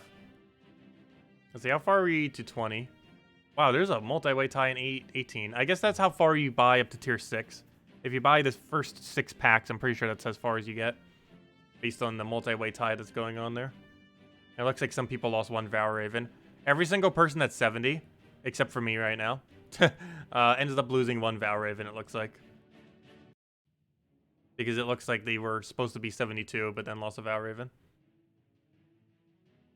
Fail. Just like us. But, yeah, I'm pretty sure that's everyone who bought tier 6. Especially, yeah, exactly so. That's every single person who bought tier 6. Because if we had a Valraven right now, that'd be 60 battles.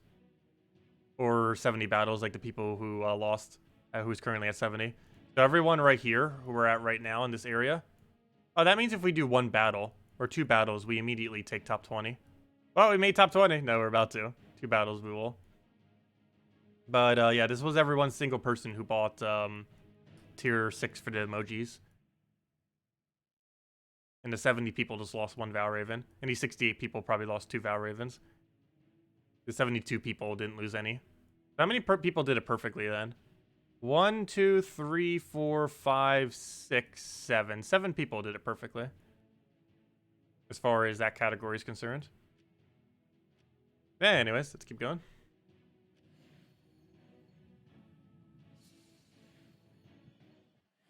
Hello, Bernard. You got a question about Puzzle Quest 1? Sure. How would you level up the monk? You get 1 point level up for your skull damage and purple gem health. Would you level up the other colored gem sum? Yes. As far as how you would do monk in Puzzle Quest 1, I didn't actually check his abilities, so I'm not actually 100% certain on that. I would have to check the abilities before I would 100% confirm like a certain direction compared to another. Also, I tried an Elementalist some. Elementalist seems so ridiculously bad. I'm not sure what they were thinking with that, but it is so horrifically bad. But I will be covering a video on all 5 of them soon once I get them leveled a little bit. Ideally max, but that will take a while. But I do want to cover a video going over the 5 new classes for Puzzle Quest 1. Just because I know literally no one on the internet's going to do it if I don't. So I do want to go cover it. It's just going to take a while to get them all upgraded to the point where we could cover them. Because similar to Gems of War, it takes a little while to get them maxed. They're just not immediately maxed. But as far as Monk, based on just his stats, you'd mostly want to rush 50 battle on it. And I'm not sure how well it uses morale. You want to get some morale initially, but I think you would mostly go into whatever his primary color is a little bit. It's going to cost you 2 points per thing, but you are going to want to do that some. Whatever his primary color is, like whatever his most important color, you are going to want to eventually get to 50. Possibly even his 2 most important colors. But initially, your biggest thing should be all in on battle. Like literally every point you get should be going into battle until it's at least 50, if not higher. But at minimum 50. And just rush it down to 50 as quickly as possible. So for all your earlier levels, definitely be putting all in on battle. Battle is the most overpowered stat in the game for Puzzle Quest 1.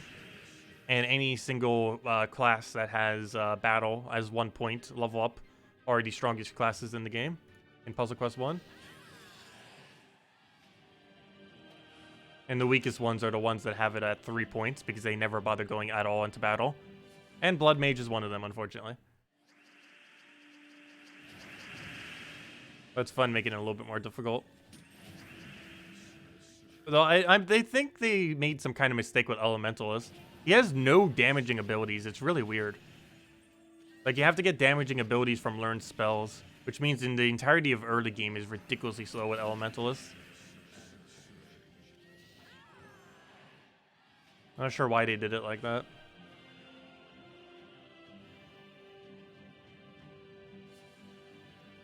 Like, he has some good abilities. It's just, you don't have any good spells that do damage. It's just so weird. Like, I could understand giving it mostly things that accumulated mana, but giving it literally nothing that does damage until, like, way later into the game. Actually, I'm not even sure if it got anything later on. But, like, its first, at least, like, 30 levels, it doesn't gain anything that does damage. If not all of them. I didn't actually check literally every single one on him.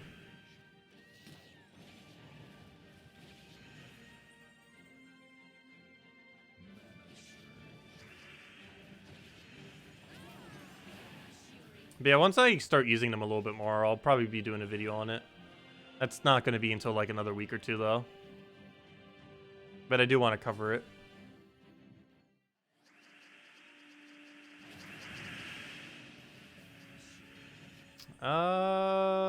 Let's see. We'll grab that.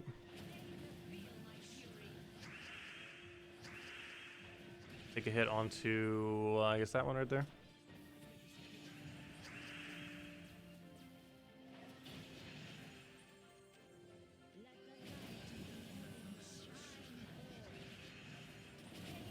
Also, I find it kind of funny. I was just Googling it on YouTube, or well, not Googling it. I guess you're YouTubing it if you're doing it on YouTube. But I was checking on YouTube for like all the streams of Puzzle Quest: The Legend Returns, and I think our stream got more views than every other stream combined, which I find kind of funny. So thank you, everyone. Definitely go check it out if you haven't seen it already. Puzzle Quest stream, or at least part of it, because obviously it's like an 8-hour stream. So. Yeah, it actually has the more views than literally every other stream on YouTube of it. Which also means there wasn't that many people looking for it either. Surprisingly. Thought I'd have a little bit more attention. It's one of the best match 3 games out there. particularly the single purchase match 3 games. It's arguably the best single purchase match 3 game in the, that's in existence right now. Mainly because it's really rare to see a single buy match 3 game these days. It is a really, really, really underused genre because almost every single version of match 3 these days are free-to-play games that are monetized like crazy. Now, Gems of War is pretty fair with its monetization, but it's still the same model of how most of match 3 games are these days. Very rarely is there something like a puzzle quest where you just buy it once and it's like an actually solid match 3 game with a storyline and everything.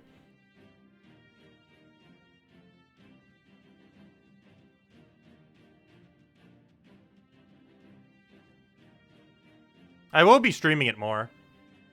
Not today, though. Probably tomorrow. Definitely on Sunday, 100%.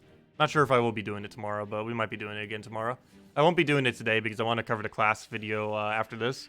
I still have a few things I want to get done before this weekend, just so we could focus on Puzzle Quest this weekend.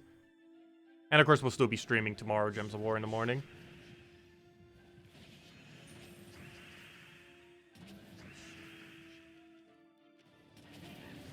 Tomorrow morning, we're probably just going to be leveling this hero class even further. Actually, no, I won't. I'll probably be leveling, actually, yeah, I guess we will. To some degree. But I also want to level up, what's it called? Not completely, but... well, actually, I guess, actually, yes, completely. I still need to level up, Scurvy Sea Dog. I still never got that too. Or not Scurvy Sea Dog. What's it called? Wow, why can I not remember its name? How can I not remember its name? Corsair class. It's because I could barely pronounce the word. But Corsair class, we still need to get to 100 for Blue Guild War. So we could use it for Blue Guild War.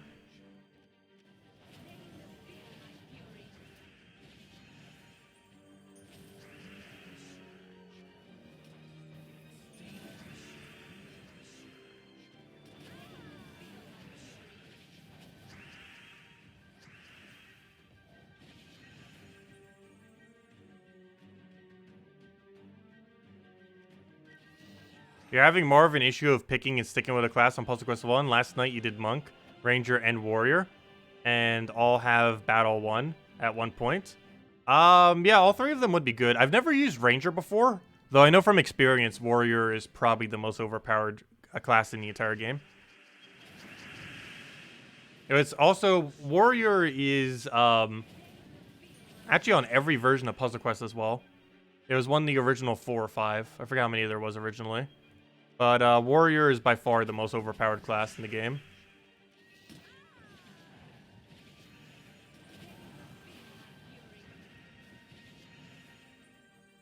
I think Ranger might be good too. I forget what it gets for abilities though. Last I recall, Warlord gets better abilities as it progresses. But I completely forget what Ranger gets off the top of my head because I never really used it before. And I didn't really double check what all the Monk's abilities were either. But last I recall, Warrior's the strongest class. But if any class was to be the next strongest, it's probably Monk. It just really depends what its abilities are. The only real big issue with Monk, though, is Monk does not have any skill at a 1, or any of the colors at 1, which is a little bit of a liability. Because at least for Warrior, you have red at 1. But for Ranger, I think you have green at 1 for Ranger, if I'm not mistaken. But Monk doesn't have any at 1, which puts out a little bit of a mana liability. Because you generally want to have at least 1 mana that's viable. And having none of them at 1 is a bit of a concern.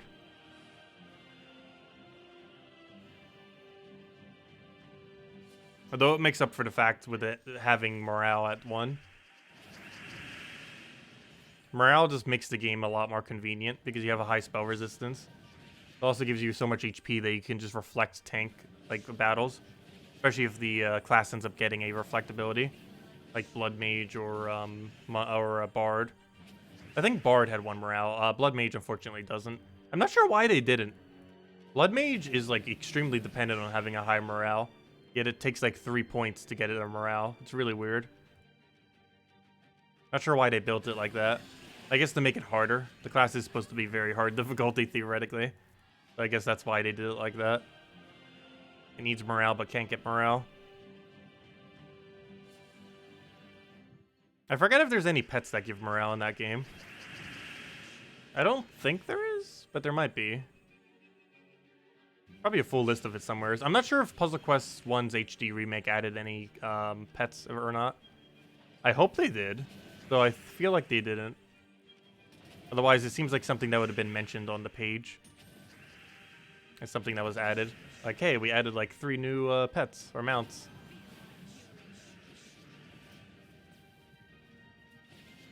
They're actually called mounts in Puzzle Quest 1, not pets. So they're theoretically similar to what pets do in Gems of War.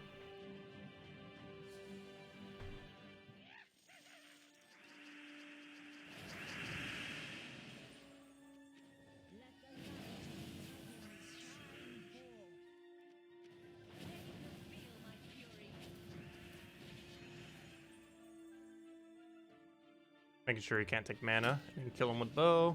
We did not need another Valraven escaping. There we go.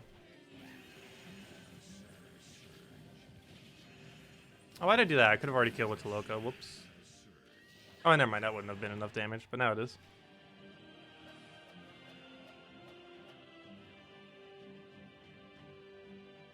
Puzzle Quest 1 goes up to level 60. Assuming you're playing the Switch version, or you're playing any version of Puzzle Quest that has the Plague Lord expansion that actually functions correctly, the level cap goes to 60. If you're playing the PC version, even if you're playing with the Plague Lord expansion, the level cap will be 50.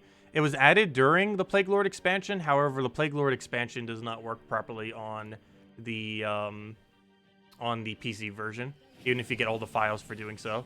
It's just a bug that makes it. There's just a bug with it that doesn't quite work because it was never intended to have the expansion on PC. It was almost like a hack that someone did, which is why it doesn't work properly.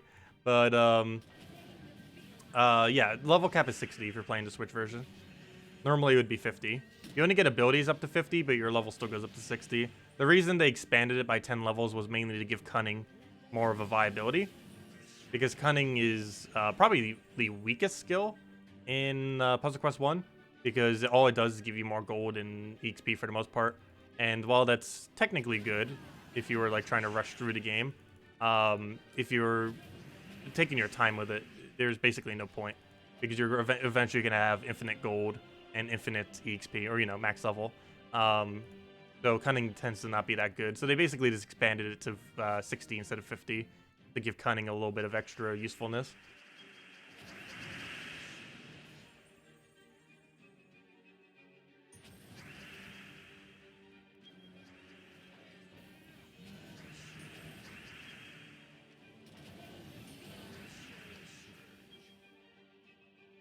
Oh, what's the cap on those level things?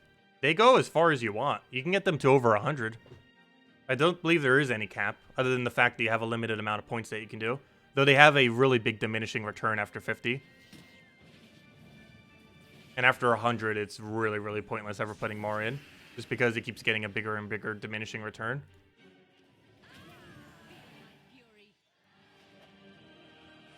Gems of War set up in a similar way with masteries. Every mastery in Gems of War beyond like 200 is almost pointless. It is very, very little. And in Puzzle Quest, it stops having effectiveness beyond about 50, so it really stops having effectiveness beyond 100. Though in a normal playthrough, you would never really get much beyond 50, I don't think. I forget how much the diminishing return is after that. I believe you only get like 1% per thing after that. Whereas most of the ones beforehand are giving like a few percent.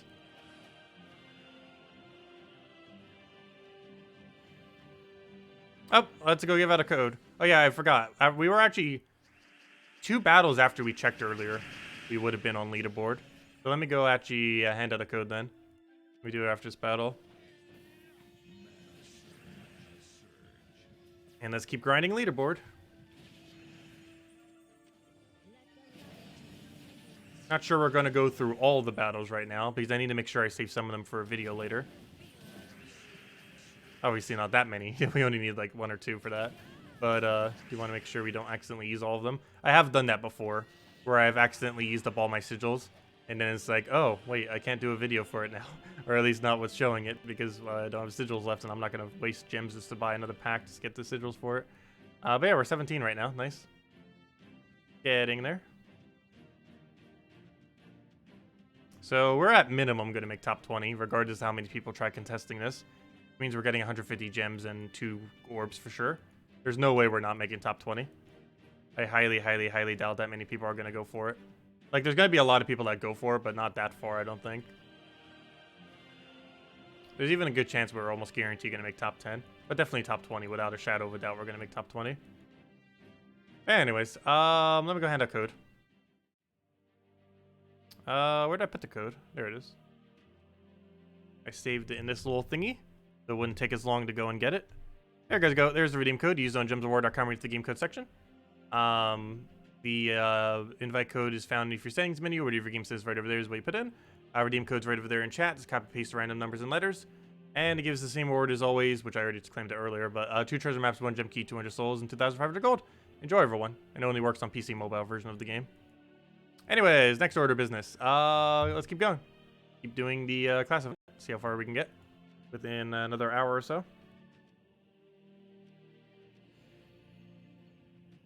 Probably easily make top 10. I don't think we'll be able to finish out all the battles by then, though. We'll probably still have like 20, 30 battles left by then.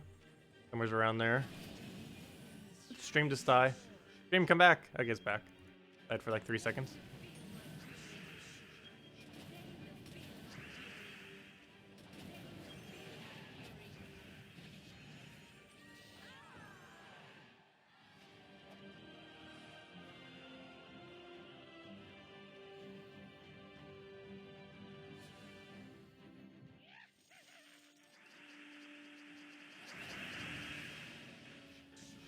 Okay, let's just get all that exploded. Oh, why did I do it on there? Gotta be really careful with Valraven too. That first slot, intimidating us with a random escape out of nowhere. I gotta be really careful with that. Shouldn't have risked it that much, but there we go. Guarantee kill just in case. Didn't want to risk it whatsoever. And then kill it with this. There should be enough damage. This is, there we go. And another 2 sigils to go to our stack. And we're almost halfway done with our sigils. We started at 94, I believe it was, somewhere around there. And now we're down to 50.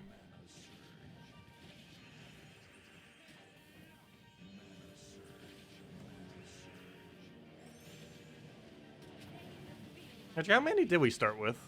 Go check that. Probably a really large number. I didn't bother double checking when we first started.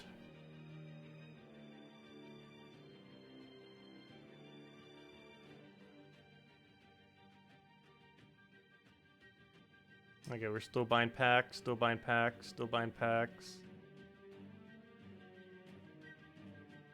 When do we do our first battle?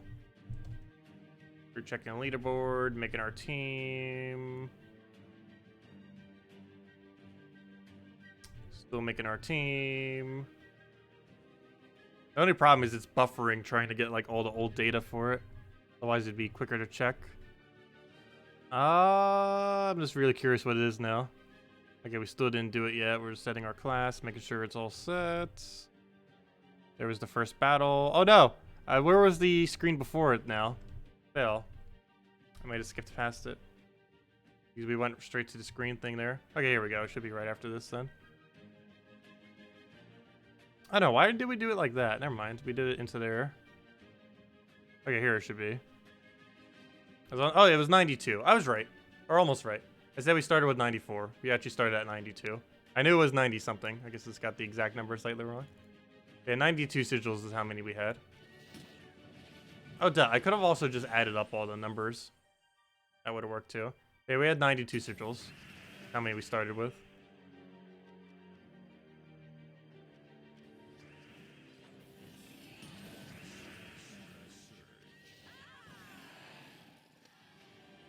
Yep, no problem for the code, everyone.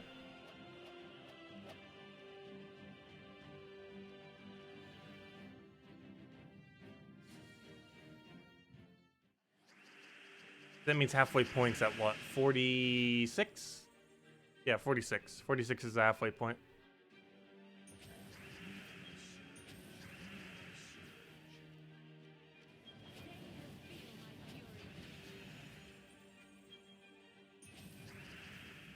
Oh, I didn't reach full mana. We'd always explode for it.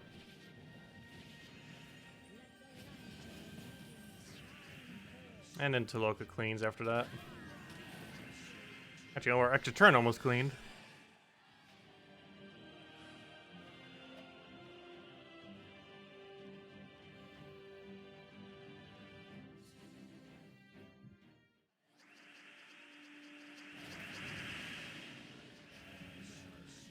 I'll throw that down. Get that back up. Get our explosion. Take our free turn and then grab it again. Actually, let's not do it that way. Let's hit a summoner. Get a Queen Zachi down. How did you not gain full mana from that? The whole point of that was for you to gain full mana. Fine, we'll do it this way and then kill it with Taloka. And he's dead.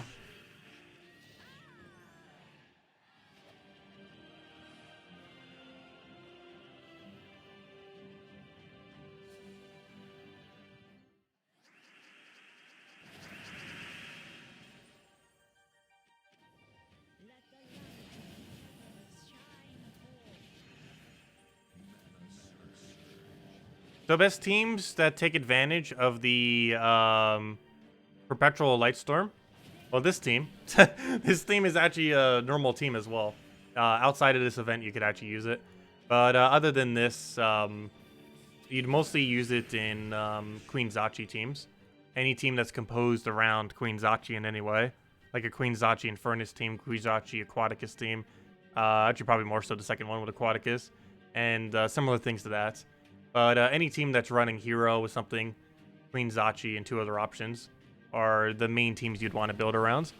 Because if you're specifically using this hero class, you want to be using something that has that really requires that storm. So something like Zachi, which requires it for its ability while still using yellow. Taloka, which needs it for its ability while also using yellow. Stuff like that. Any troop that falls under that category would end up working. And one nice thing about that is a good majority of things that fall under that category, or almost all of them, are underneath this kingdom. So you can get full kingdom synergy.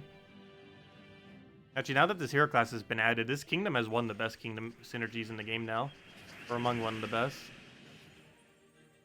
All they really need is half mana start. So this mage kind of makes it so we kind of don't need it as much. Since it can first turn, or maybe not first turn, but pretty quickly get its mana going for the team. Oh, we got a Valraven, gotta be careful. It's blocked partially, but not much.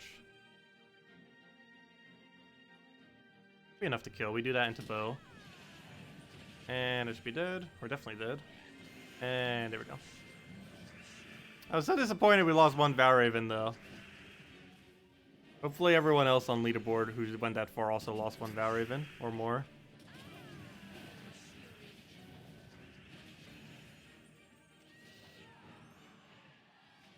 Is there any other benefits to completing challenges besides resources? No. Well, eventually, I forget how far you need to go. A Kingdom 6 upgrade for 6-star Kingdom does require some amount of challenges being done. But I don't think you need to go that far at all in order to get that completed. Other than that, no, there isn't really much of a benefit other than the resources of completing challenges. Other than the fact that you can also farm class XP off the lower levels. That's technically just another resource.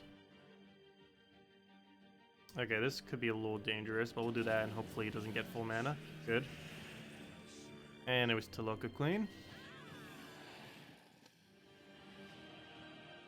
Any suggestion if you don't have the Nimbus bow? You could use the other version of the Nimbus bow. I already forgot what its name is called. But it is another green, purple weapon. It does the same thing, but for Suncrest bonus. And if you don't have that Suncrest bonus weapon, next best bet is probably Mountain Crusher? No, Essence of Evil would be your next best bet, because you can use that to anti-Valraven. And that you could easily get 250 wins off of Plague Lord if you don't already have it. It would only take a few hours. Have to go a few hours out of your way, but it's definitely worth having if you don't already own it.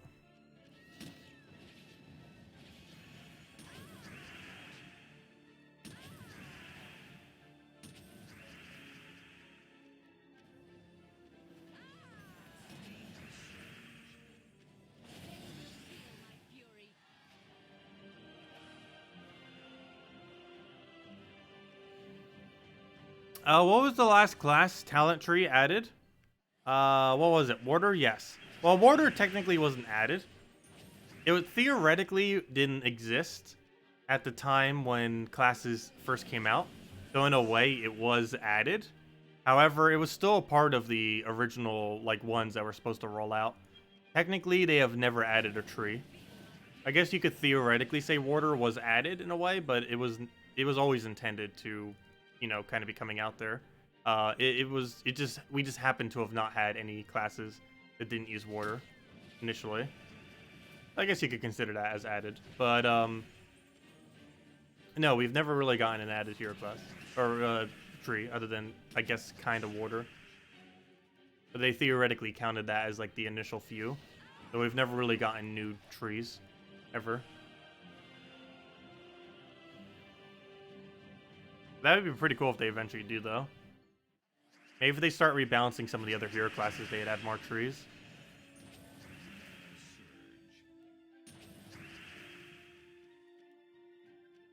I really wish every single class would have gotten at least one unique tree. I'm actually really surprised they didn't do that. Like, have several trees, like about a dozen or so, that can be sheared upon hero classes. Kind of like how they have it now, where all of them are kind of sheared. But have one completely unique tree per hero class. Would have been really cool. That way it would have been a lot easier to balance them. And actually make them viable. There's still a possibility they could do that. Just take whatever the weakest tree is from every single class and replace it with a completely unique one per hero class. The only problem with that is it might make some classes too strong.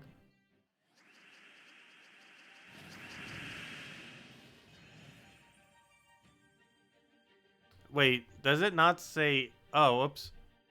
I can't spell. It was early in the morning. There we go, I fixed it. I did not realize that, thank you. Not the first time I misspelled the title. Nor the last. Sometimes it's also misspelled or has an error in it because YouTube doesn't correct when I fix an error. So it just stays like that. However, that was not one of those instances. But sometimes if there's a mistake in it, it's actually because I fixed it, but YouTube didn't fix it on, you know, on the saving side of the title. But that time was just me not typing it correctly. Let's see. Where are we in leaderboard? 16, making progress. Where's top 10? Top 10's at 112. I'm not sure if they're moving or not. Oh, it looks like another person's trying to try for leaderboard. Or no, are they staying at 188? They might have already been there earlier.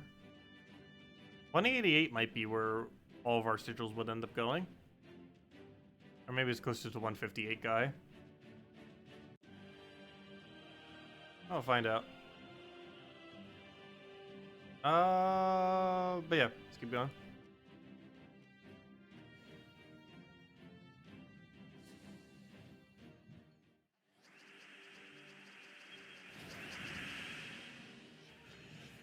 Grab a explosion. We should silence them just in case.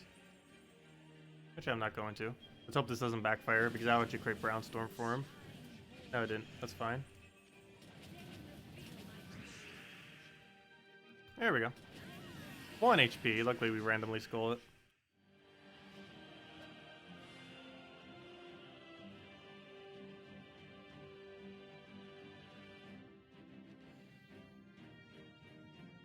Yeah, this team with Mountain Crusher would kind of work. The only problem is it only uses one other Brown.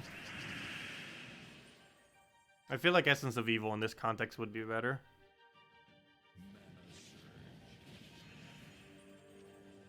But Mountain Crusher would work. Especially if you're using Titan instead of Nimbus. Or instead of, what's it called? Instead of, Stormcaller.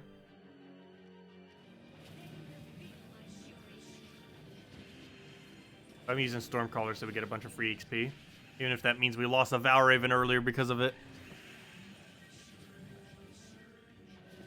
It's worth it for all the XP that we're getting, though. This is quicker XP than Explorer, or about the same rate. We're getting about 3.7 XP per minute for this team. Towards our hero class, that is. Which is decently high. That's like Explorer level speed. It's like almost max rate Explorer level speed. These battles, even though they're slower than Explorer, they give 2 XP per battle.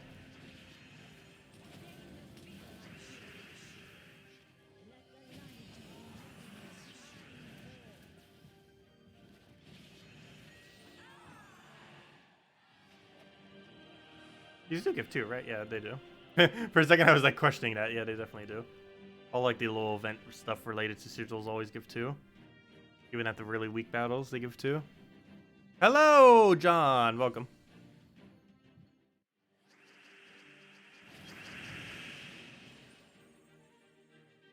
But there's still a chance they might revamp trees into the future. They did say that they're planning on some kind of class rework around the time once every single hero class gets introduced to the game. So what they're going to do then, we don't know. But there's a good chance in several months when that happens, they're going to do something. I'm pretty sure 5.0 patch will be addressing it in some way. Because 5.0 patch is around the same time we're going to run out of hero classes. 5.0 patch is no confirmed date on it, but it's likely early next year. And we're going to run out of hero classes, I believe, in April, if I'm not mistaken. Is when we finally run out of hero classes. Or, you know, once every single hero class is in the game. You know, 1 per kingdom.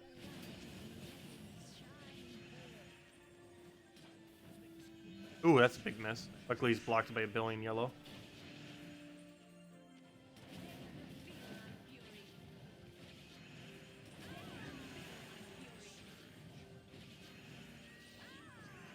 Yeah, we know pretty little about 5.0 currently. Other than that, they're already currently working on it. That's not the next patch, though. We're getting like 1 or 2 patches before 5.0. And we're getting probably another 1 or 2 this year. And I'm pretty sure the first patch of next year will be 5.0. And this is like a mini patch before it. I don't think 5.0 is coming this year, though.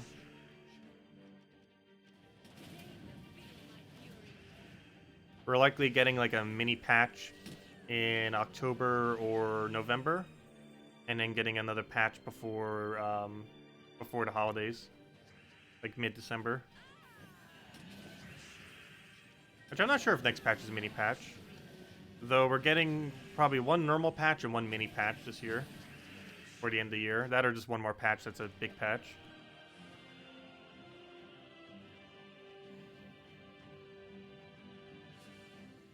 No, 5.0 is definitely not going to be adding new kingdoms. Though there is a possibility it's going to be adding a new system like Delves, like the Underworld. It won't be the Underworld, obviously. We don't know what it exactly would be. But we might be getting a new area that isn't the Underworld, but is like a new version of the Underworld. Or, you know, basically how we have Kristara, then we have the Underworld, and then we're going to probably have something else. And there's a possibility that something else is added in 5.0. But we don't currently know. I should look at the forum. Why? Did it already get discussed? I haven't been checking the spoiler threads on the forum lately. I'll go check it later, though. Why? Has that info already been dug up? Oh yeah, they've been talking about buffing arena and trigger maps for ages. They still haven't done it yet. They need to already. Been highly requested by a lot of people.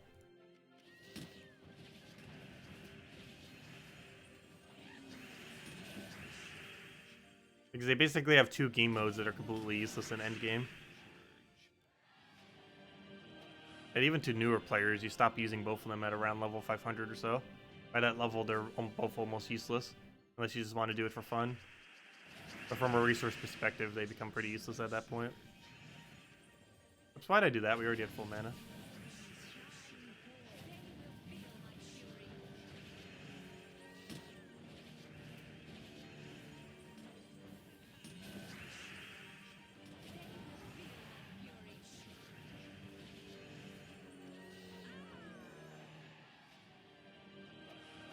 What am I using in my team? It's that. Oops, never mind. That's the redeem code. Well, there's the redeem code. If you guys didn't already claim it, it might already be used up. I meant to copy paste the team. But it's Nimbus Bow, Queen Zachi, Taloka, and Harpy Mage. And you can replace that Nimbus Bow with Essence of Evil or the other Suncrest weapon. But here's the team if you want to go paste it. There you go. That's the right copy paste. I also showed it on Monday video. Not with the correct hero class though, because obviously Stormcaller didn't exist until today.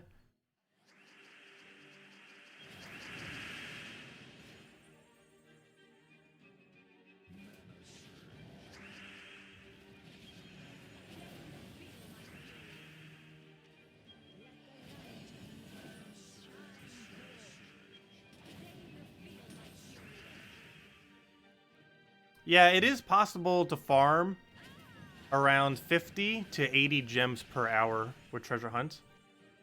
50 being if you just rush through them and you get a little bit towards the unlucky side. Actually, never mind. 50 is about the average. 50 is like the rush through average. Actually, 55 is probably the average. But you can get as high as 80 if you rush through them really quick and just do efficiently over the course of an hour, while simultaneously using all the gold on gold keys and using all the glory on glory keys. In which case, the actual rate of comes out to closer to around like 70 to 80 if you do that. But yeah, Treasure Hunt is currently good in that it is currently the highest rate of infinite gems in the entire game. As far as anything that you can infinitely grind in Gems of War, Treasure Hunt has the highest rate. The reason why it's not considered as good is with all the ways that you have to obtain gems, the rate at which you gain gems from Treasure Hunt relative to just how you passively gain them is relatively slow. Like some passives can give you like 100 gems within like minutes. Like for example, yesterday, we got 100 gems in about a minute or two, probably 2 minutes, just from doing the 4 challenges that were available for it. And there's just instances like that throughout the game where some of the dailies and weeklies give gems, or even just tribute once every hour, gives gems at such a ridiculously quick rate that it's generally not worth doing Treasure Hunt.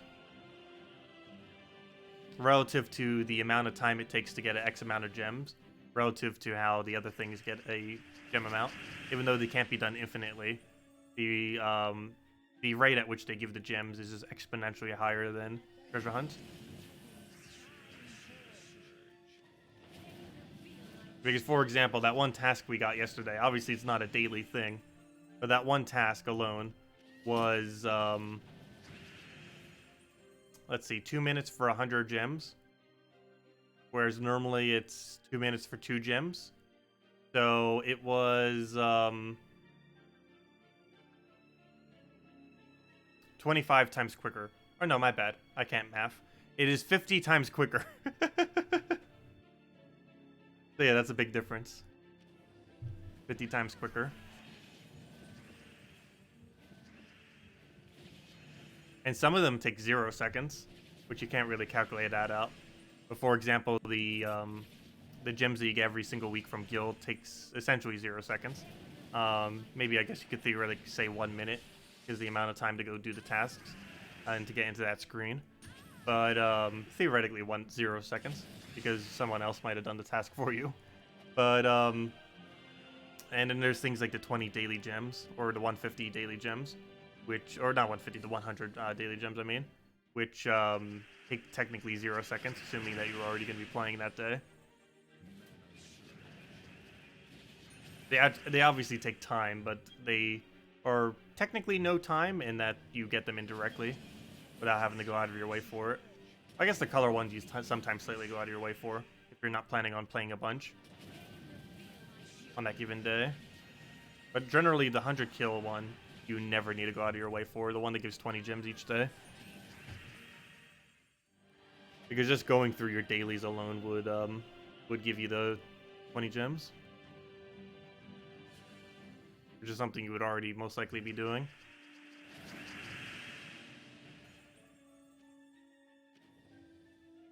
Long story short, yes.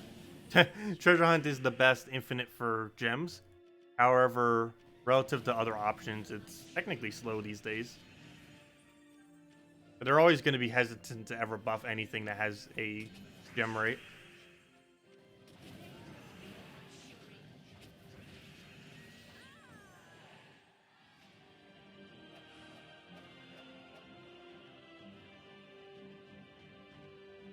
Yeah, it's always good to have more gems than not more gems.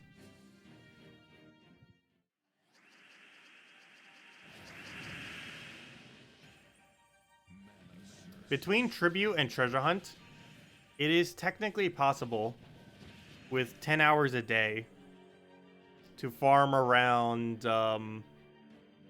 600 plus gems per day.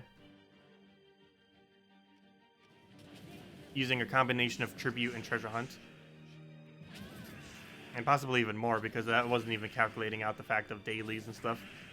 Even if you completely ignore dailies, just counting Tribute and Treasure Hunt, if with 10 hours a day, you could theoretically get like 600 plus gems per day.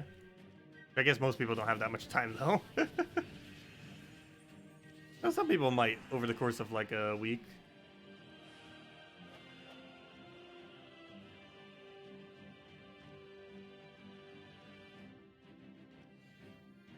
I would never do Treasure Hunt for that long, though. I think like a few hours is my limit on that. Normally, if I'm gonna bother doing Treasure Hunt, I'll just like do a battle here or there. Just in between stuff. Very rarely would I just sit down and just grind out like a really large amount of them. Okay, we got a bit of a situation here where that might escape Valraven. Okay, good, it didn't. Be enough to kill. And now we can play the battle normally.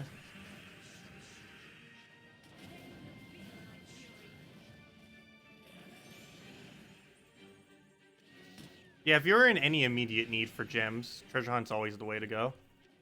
It's why it's so useful in early game and mid game, because you're actually in immediate needs for gems a lot more often in that part of the game.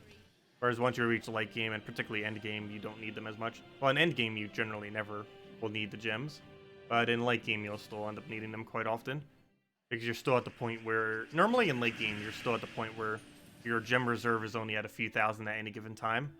But once you reach end game, your gem rate, or your gems are pretty much perpetually over 10,000, if not more.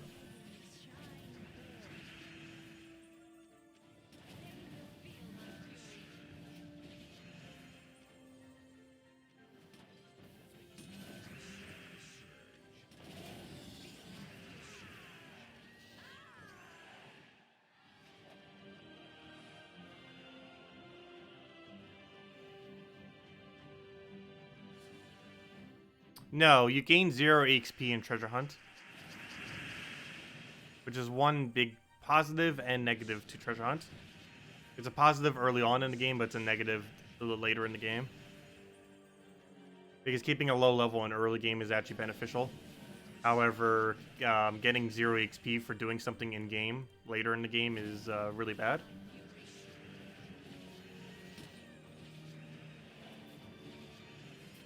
Because your level helps to determine progression. Also, theoretically, any level below level 2000 is not max stats on your hero. Which is a good majority of every player in the game. Because there's very few people above level 2000.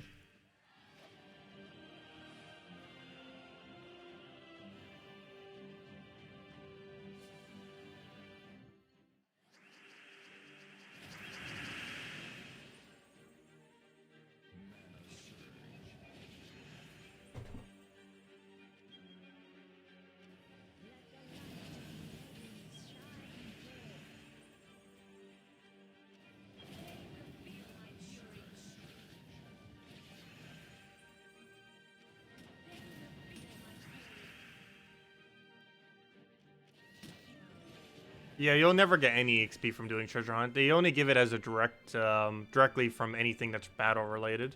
If you ever get EXP. And Treasure Hunt is not. Which is why they make it so it doesn't give any.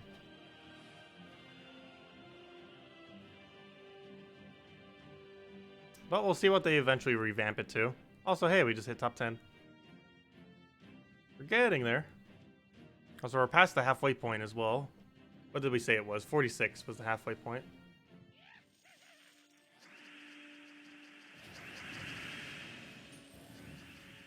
Oh, he's blocked on 2 yellows. It's we can go for an explosion. It won't matter as much.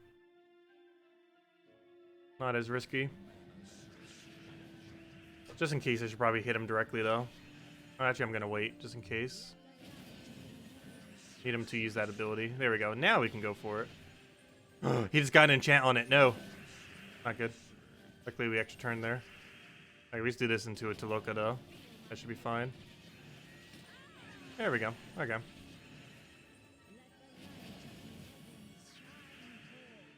Hey, finally finished the class event. Nice.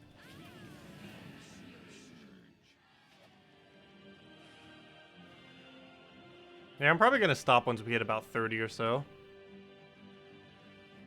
Which is probably about 8 more battles, because we're definitely going to get a Valraven in the next 6 battles.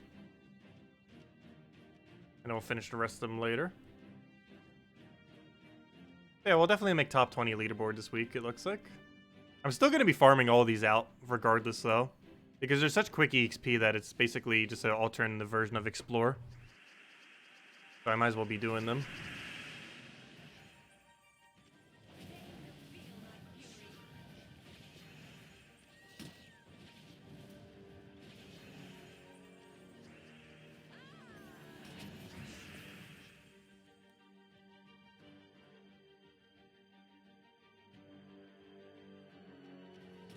Yeah, buying to tier 6 and not losing any Valravens, I believe, is exactly 72.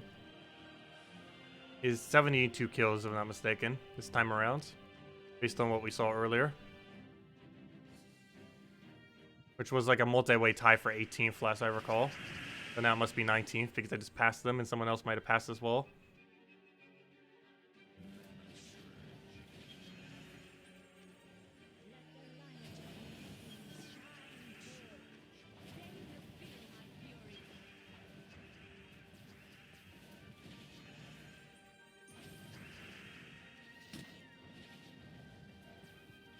No barrier for you. There we go. Taloka would be great right now. There we go. Grab that and Taloka. Actually, never mind. Both of them would have killed. Actually only kills, of course, if it's within about 56 range for each of them. But Taloka, of course, can focus damage a bit better than that. Like, he's blocked on 1 yellow, so at least he's not getting mana directly.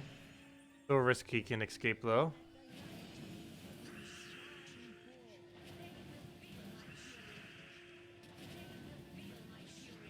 Okay, now we can't.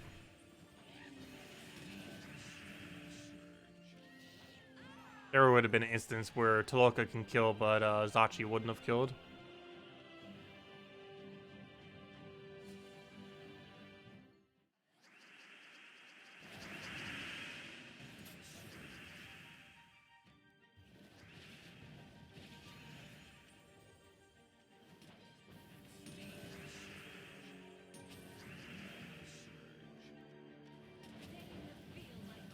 You sent me an honor? Thank you. So do keep in mind, honor does literally nothing if you send it to me these days. Still appreciated, though. Because once you reach max honor, it doesn't keep track of how many honors you get. At least not in the current state of the game. But who knows, maybe they'll update it to eventually track it. Once you reach max honor, honor actually does nothing.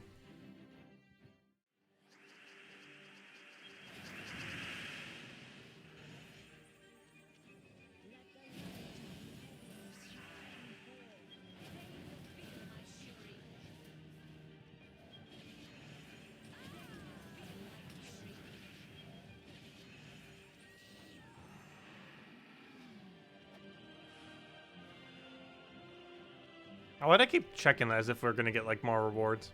We're not gonna get any more rewards other than leaderboard once it switches over to Monday. Alright, we're getting there. We should almost just go to top 5 so we're visible there.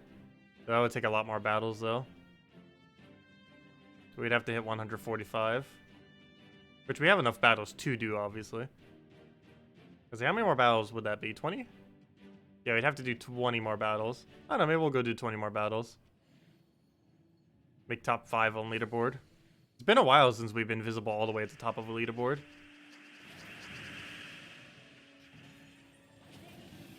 These battles go quick enough that that's not going to take too long. We're winning at a rate of almost 2 per minute. Not exactly.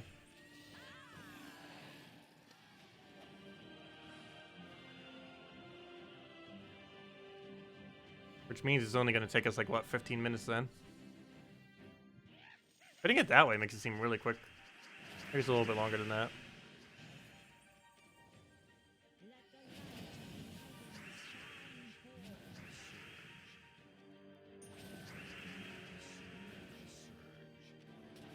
I probably should Taloka it first. Oh, never mind. It actually doesn't matter this time around. Yeah, but now with Taloka. Okay, and then we'll do that. And instead...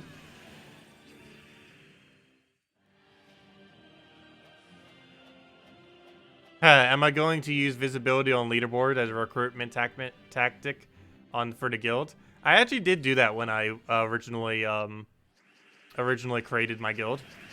I was #1 on PvP leaderboard the week we created the guild. So it became excessively easy to recruit an entire guild. We actually ended up doing a guild from 0 people to 30 people in one stream when we had #1 on leaderboard.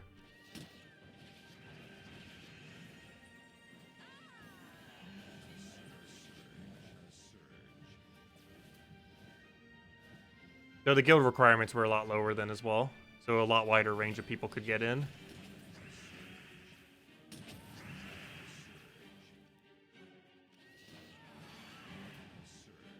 It wasn't like excessively low, but it wasn't like as high as it is now.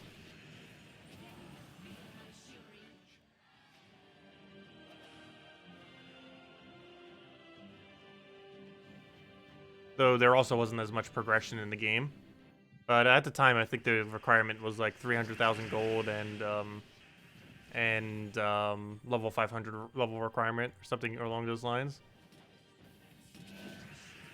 Whereas now, ideally, it's level 1,000 plus and 1 million gold per week. Though it is easier to get both EXP and gold in the current state of the game, compared to how it was 3 years ago.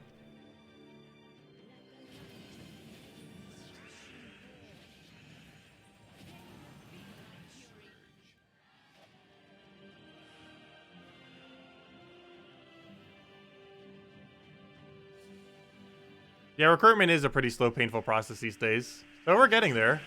We basically re-recruited an entire guild from scratch. Well, almost from scratch. We had as little as 9 people at one point. Now we're back up to 18. We still got a little ways to go, but we're getting there.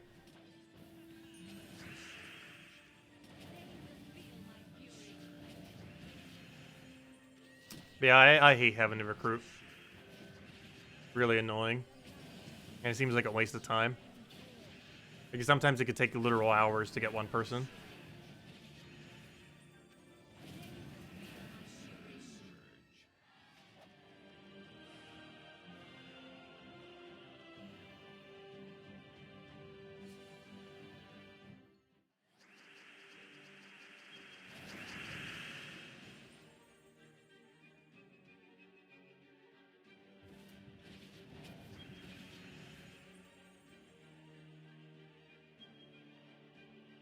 Oh, what did grab here?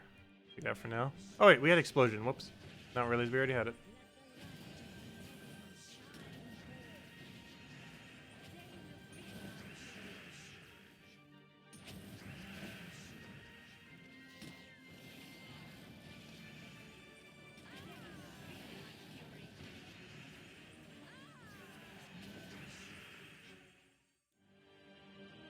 Class events need major orb at the very end.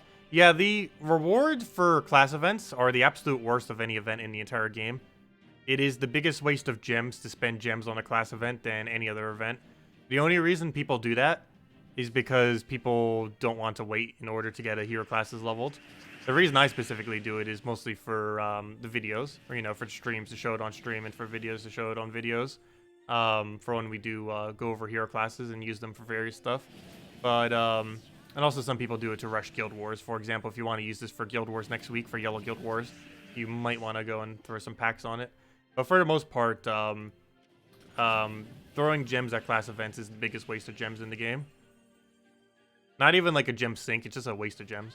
Like if you're gonna go gem sink your gems, you might as well put them into pure faction level 500s.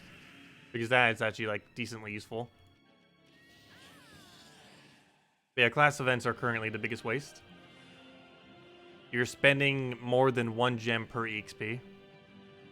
You have to spend 1,350 gems just to be able to spend 1 gem per EXP. Prior to that, it's almost 2 gems per EXP.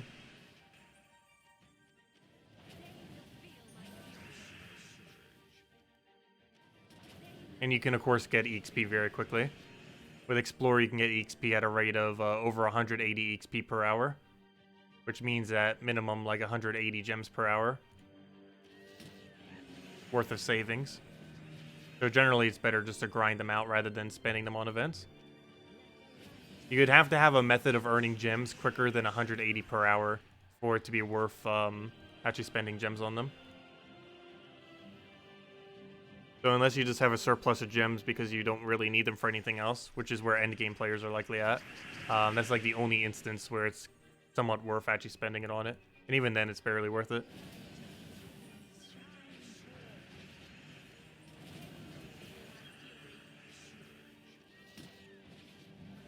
Oh, what am I doing? I should have not done that. Actually, never mind. I guess that works. As long as the Valor even didn't escape. That's the main thing that matters. There we go.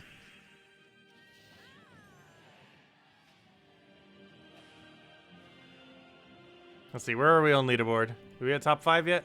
Nope, we're not. Number 6. We're almost there. Need to go get... I guess we'll technically take top 4. We need to go get 13 more battles. But we're almost there. Oh no, he actually lost a battle. Or lost a troop at one point. Oh, no, he didn't. Wait. Did we? Why is our points weird? Wait. Why is our points weird? Oh, never mind. Wait. Is it possible to have 9 as a final number? Without losing any troops?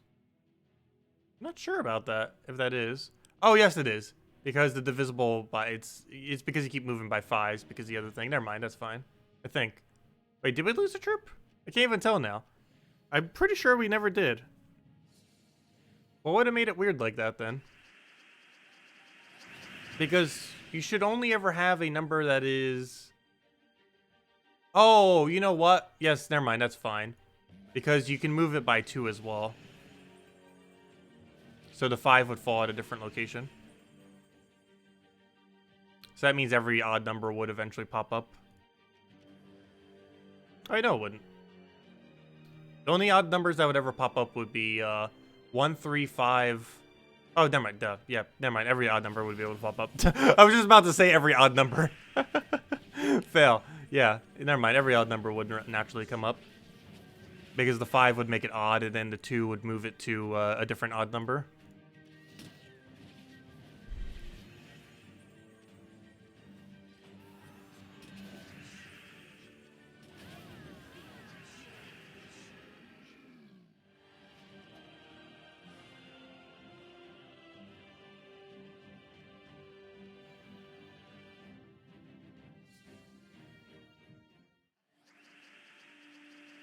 Yeah, it seems really weird that class events give out so little XP.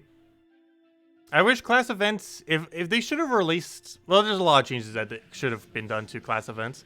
But they're going to probably be overhauling it quite a bit. But in the current format of the game, I really wish class events, if using the class during the class events, was to give more EXP. Like 4 instead of 2. Like this right now giving 4 instead of 2. One other thing I wish it did is, if you weren't playing the class events, I wish it would give you 1 extra EXP. So if you were doing Explorer, it'd give 2 EXP per battle, or PvP like 3 XP per battle, or maybe only do it in PvP just so people wouldn't just spam Explorer or something like that. But I don't know, it does give like really ridiculously low amount of EXP. Like, the amount of EXP you get just for doing all the rewards, or, you know, the going from, the normal rewards to complete all this out, is only about 1 level. It's, how much EXP is it? 55, 75, 95, 110, 125, 145. I didn't calculate that out incorrectly. That's like 2 levels, approximately. Well, it depends at what level you're currently at, but approximately that's about 2 levels, given how much EXP that you end up needing total. Yeah, that's not much at all, given that you need 100 levels. Max out a class.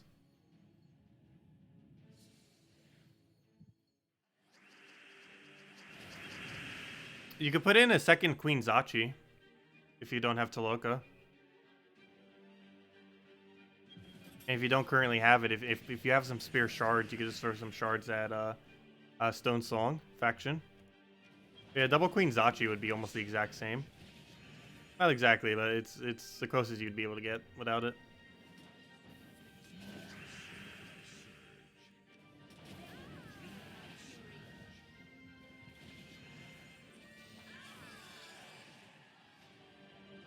Yeah, Soul Gnome gives 5,000 souls, or potentially 5,000 souls. Soul Gnome has a drop of 1,000, 2,500, and 5,000 souls. And Volkey, of course, but all the gnomes have Volkey. But his unique drops are 1,000 souls, 2,500, and 5,000, with 5,000 being the highest. But yeah, if you're going to be going deep into this event, it is highly advised to have Zachi, at least 1 copy, if not multiple. Definitely makes this event a lot easier. He's the strongest troop in the entire kingdom. I guess that's relative to what team you're running. But more often than not, she would be considered the strongest troop in the kingdom. She's basically like Infernus. She's the closest thing to Infernus that isn't a mythic.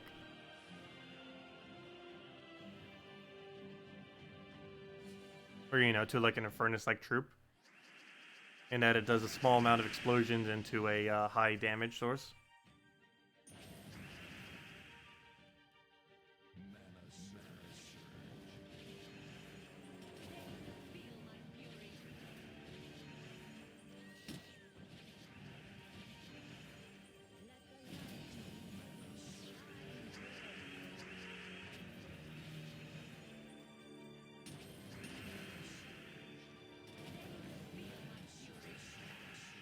There we go.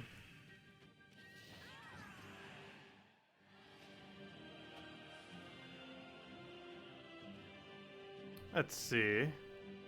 Yeah, souls from soul gnomes, or even just gnomes in general early on in the game, are absurdly good loot. Okay, 7 more battles, and then we take top 4 on leaderboard. Oh, this is the highest we've been on a leaderboard for ages. We're definitely not going to make first place, though. I was not even going to try to attempt to contest that.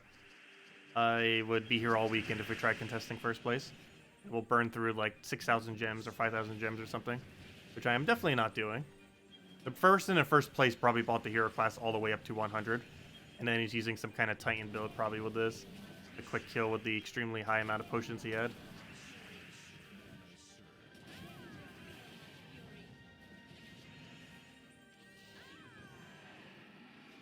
Essence of Evil is the closest equivalent to replace this out with.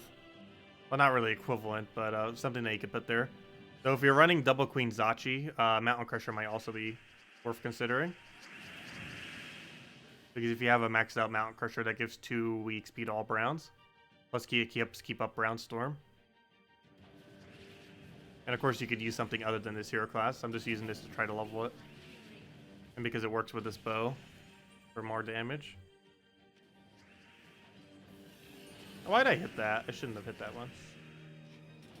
But at least we can Taloka kill here, so I guess it didn't slow down the battle at all. Yeah, Mountain Crusher is an insanely good weapon. One of the best in the entire game. Poor Gorgoltha being useless ever since Mountain Crusher became viable. Gorgoltha used to be the old Mountain Crusher. One of the reasons why you see Salty using it so much on her streams. That used to be the best first slot in the game, but now it's Titan set to Mountain Crusher. And it's been like that for an entire year now. Ever since hero classes got that buff. Which gave them all the perks and everything. I believe that was last August that ended up occurring. Actually, it might have been last July, actually. So it's been like a year and 2 months now since we had the new hero class system. And still the rewards are horrible for it. They actually haven't touched the rewards ever for that system. They actually have modified it for a couple of the other events, but for whatever reason they haven't touched it for class events. So based on their most recent Q&A, there is a patch probably early next year that's going to be addressing it. What they'll do to it, we don't know, but something's happening early next year to change how the class system works. They're either expanding it, changing something with it, or who knows what.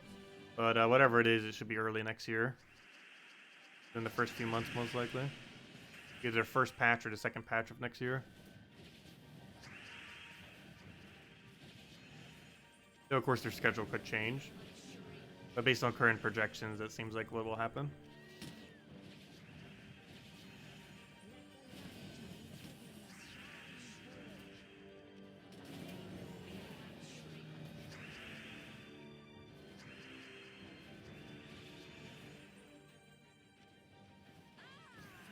I'm sure you already went over this, but what talents are good on Stormcaller? Mostly it's Cleanse plus the Explosion that it gets at 70. But as far as the full setup that you run for it, it's this. I will be covering a video for it soon. Hopefully before we do the nightly stream. But you'd go 8 life most likely. 8 armor is also good, but if you have the choice between life and armor, life is normally the way to go. You'd always want to go for Cleanse. You can get 2 extra on Mace or 2 extra on Missile, but 99% of the time, if not more, you're going to be going for the Cleanse. Cleanse is insanely good. It's actually, I believe, the strongest 5th perk in the entire game, having Cleanse there. Next, you would go for 1 extra magic to your yellows. Theoretically, depending on your team, these other 2 could be okay. Though more often than not, you're just going to go for the extra magic on yellow. Next up, you would go for, it's situational based on your team, but it would either be Dust Storm for the first turn Dust Storm, or for Fairy Fire, a random ally, and generally you would just go for the Fairy Fire. Next up, you would have the choice between 2 attack on yellows, or 4 life every single green you take for your hero. This, of course, is pretty situational too. Once you're level 100, I'm pretty sure you always go into the 2 attack. Prior to that, it's probably always going to be life. Though I guess it could be situational still, depending on what you need. Because right now we're in a place where we don't want to die on our hero, so we do want the extra life. Then you would always go for the Explosion. You're not really ever going to need the extra green, and you're definitely not going to be needing the Heronif in this kind of setup. So just always go for the Explosion. And then finally, given that your team is most likely going to be mostly Strix, you'd go into this bonus. However, if you're using this class just for its Yellow Storm and you're not using Strix, like for example, if you're using Aquaticus and Furnace, stuff like that, in order to utilize it with the Yellow Storm, you're probably going to use the Elemental bonus. So it's just going to be either Strix bonus or Elemental. The Elemental one is stronger. However, most of this troop synergies is with Strixes. So you'd most likely just go Strix. But if your team is using 2 or more Elementals, you would definitely want to go the Elemental. Possibly even if you were only using 1 Elemental, you'd even go the Elemental thing. Because of how much better that is, most likely, than 1 attack. Anyways, how many more battles do we need? We need 3 more battles, and then we take top 4. Technically, we're already there, but just so we have a little bit more room. Okay, so we did miss a battle. Maggie, you lost the troop thingy. Well, let's go take 4th place, I guess. And how many more was that? I literally just looked at it and forgot it's 3, right? Yeah, 3 more. So this one and then 2 more. And does anyone else have any other questions? Otherwise, I do believe I'm going to be wrapping up around there then. We'll be covering the video hopefully within the next several hours.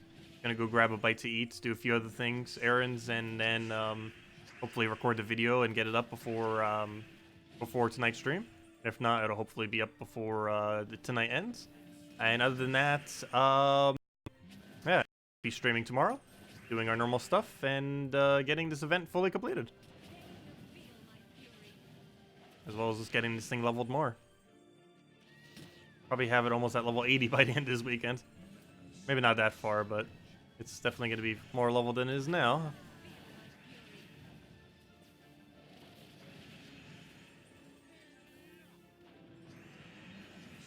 Did this stream just double die on us? Stream, come back! Okay, maybe we ended now. Rip.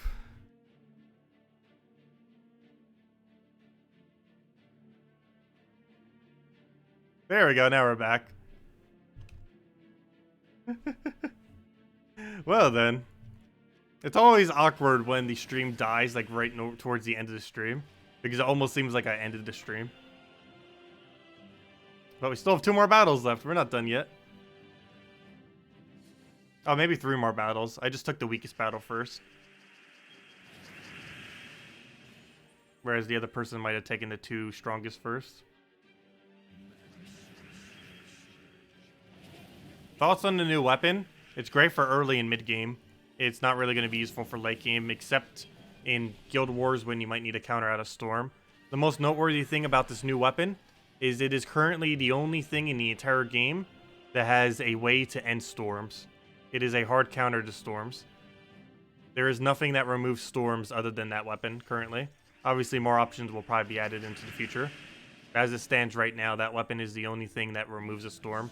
Obviously, you can counter storms with other storms, but that is the only thing that specifically just completely removes a storm. Making it the only option if you want to do such a thing. Though the only instance that would really be useful is occasionally in Guild Wars.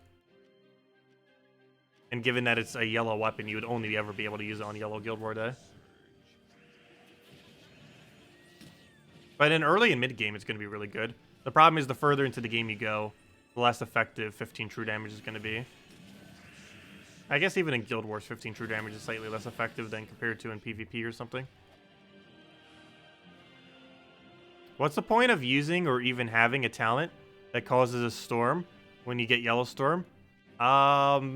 Just because there's no way to really change that on the tree. And they were obviously going to give it that storm tree just because it has all the strict stuff on it. They always give the tree that is related to the typing. So for example, this kingdom is Strix, and the last talent on that tree is give all Strixes +1 attack, which is the reason why they have it like that. Yeah, it was going to be even more redundant before. Prior to backlash from the community, the final trait was originally going to be the first perk of Storm Tree, which is create a random storm every extra turn. That was originally going to be its 3rd trait, which obviously would have been extremely redundant, even more so than this Yellow Storm with the other thing. Although a Yellow Storm's actually really good, but you know, Perpetual Yellow Storm. But it was originally going to be 2 instances of random storm, which would have been very, very, very useless. It was going to be like below the bottom half originally, but now that they gave it Yellow Storm, it's actually really, really viable now. Just because of all the synergies that you can get out of the Yellow Storm with it, particularly within its own kingdom, outside of kingdom as well, but mostly within this kingdom.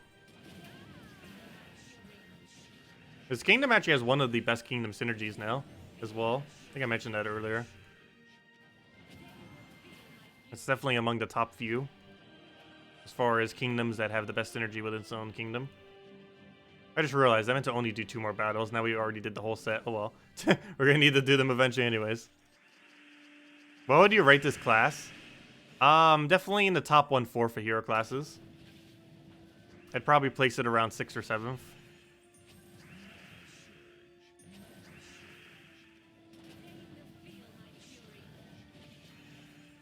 The only really big issue is I feel like it only has 2 good teams. And those 2 good teams are going to be this, and using it with some combination of with Aquaticus and Zachi, with like 1 other troop. I feel like those are the only 2 excessively good combos with it. Everything else doesn't seem like it would work that well.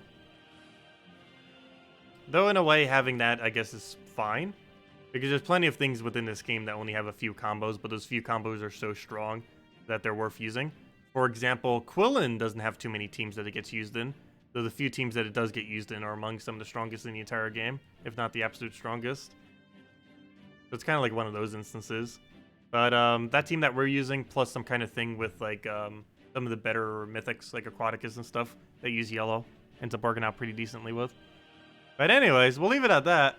4th place on leaderboard. Highest we've been on a leaderboard for a while. I guess we'll screenshot it for now.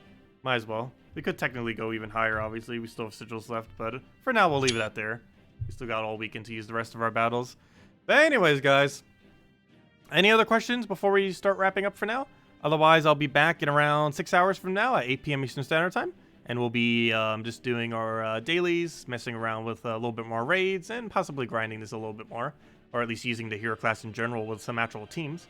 And hopefully between sometime within the next several hours, we'll hopefully get the video out. I'm not 100% sure if it'll be up before the stream, but I'll definitely get it done by the end of tonight. I say that, and then sometimes it just keeps getting delayed, but the goal is to get it done by the end of today.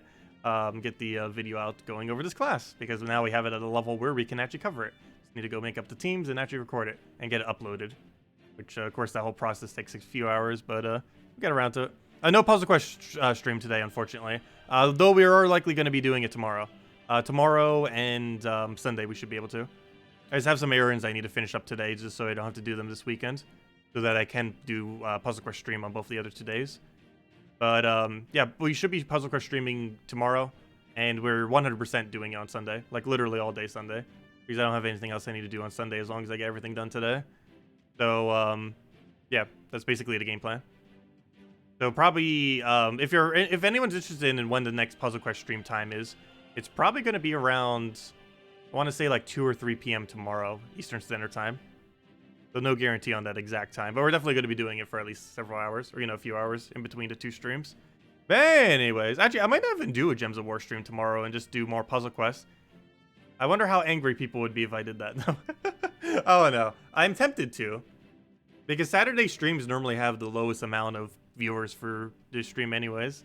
But and we don't really have anything else to cover since we'd already have covered it in the morning stream and everything else. Oh no, I'm slightly tempted to. Just so we can do Puzzle Quest even longer tomorrow. We'll see. But anyways, guys, for now, we're going to be heading off. I'll catch all of you later. Have a wonderful day, have a wonderful weekend, and best of luck with the class event. Goodbye, everyone!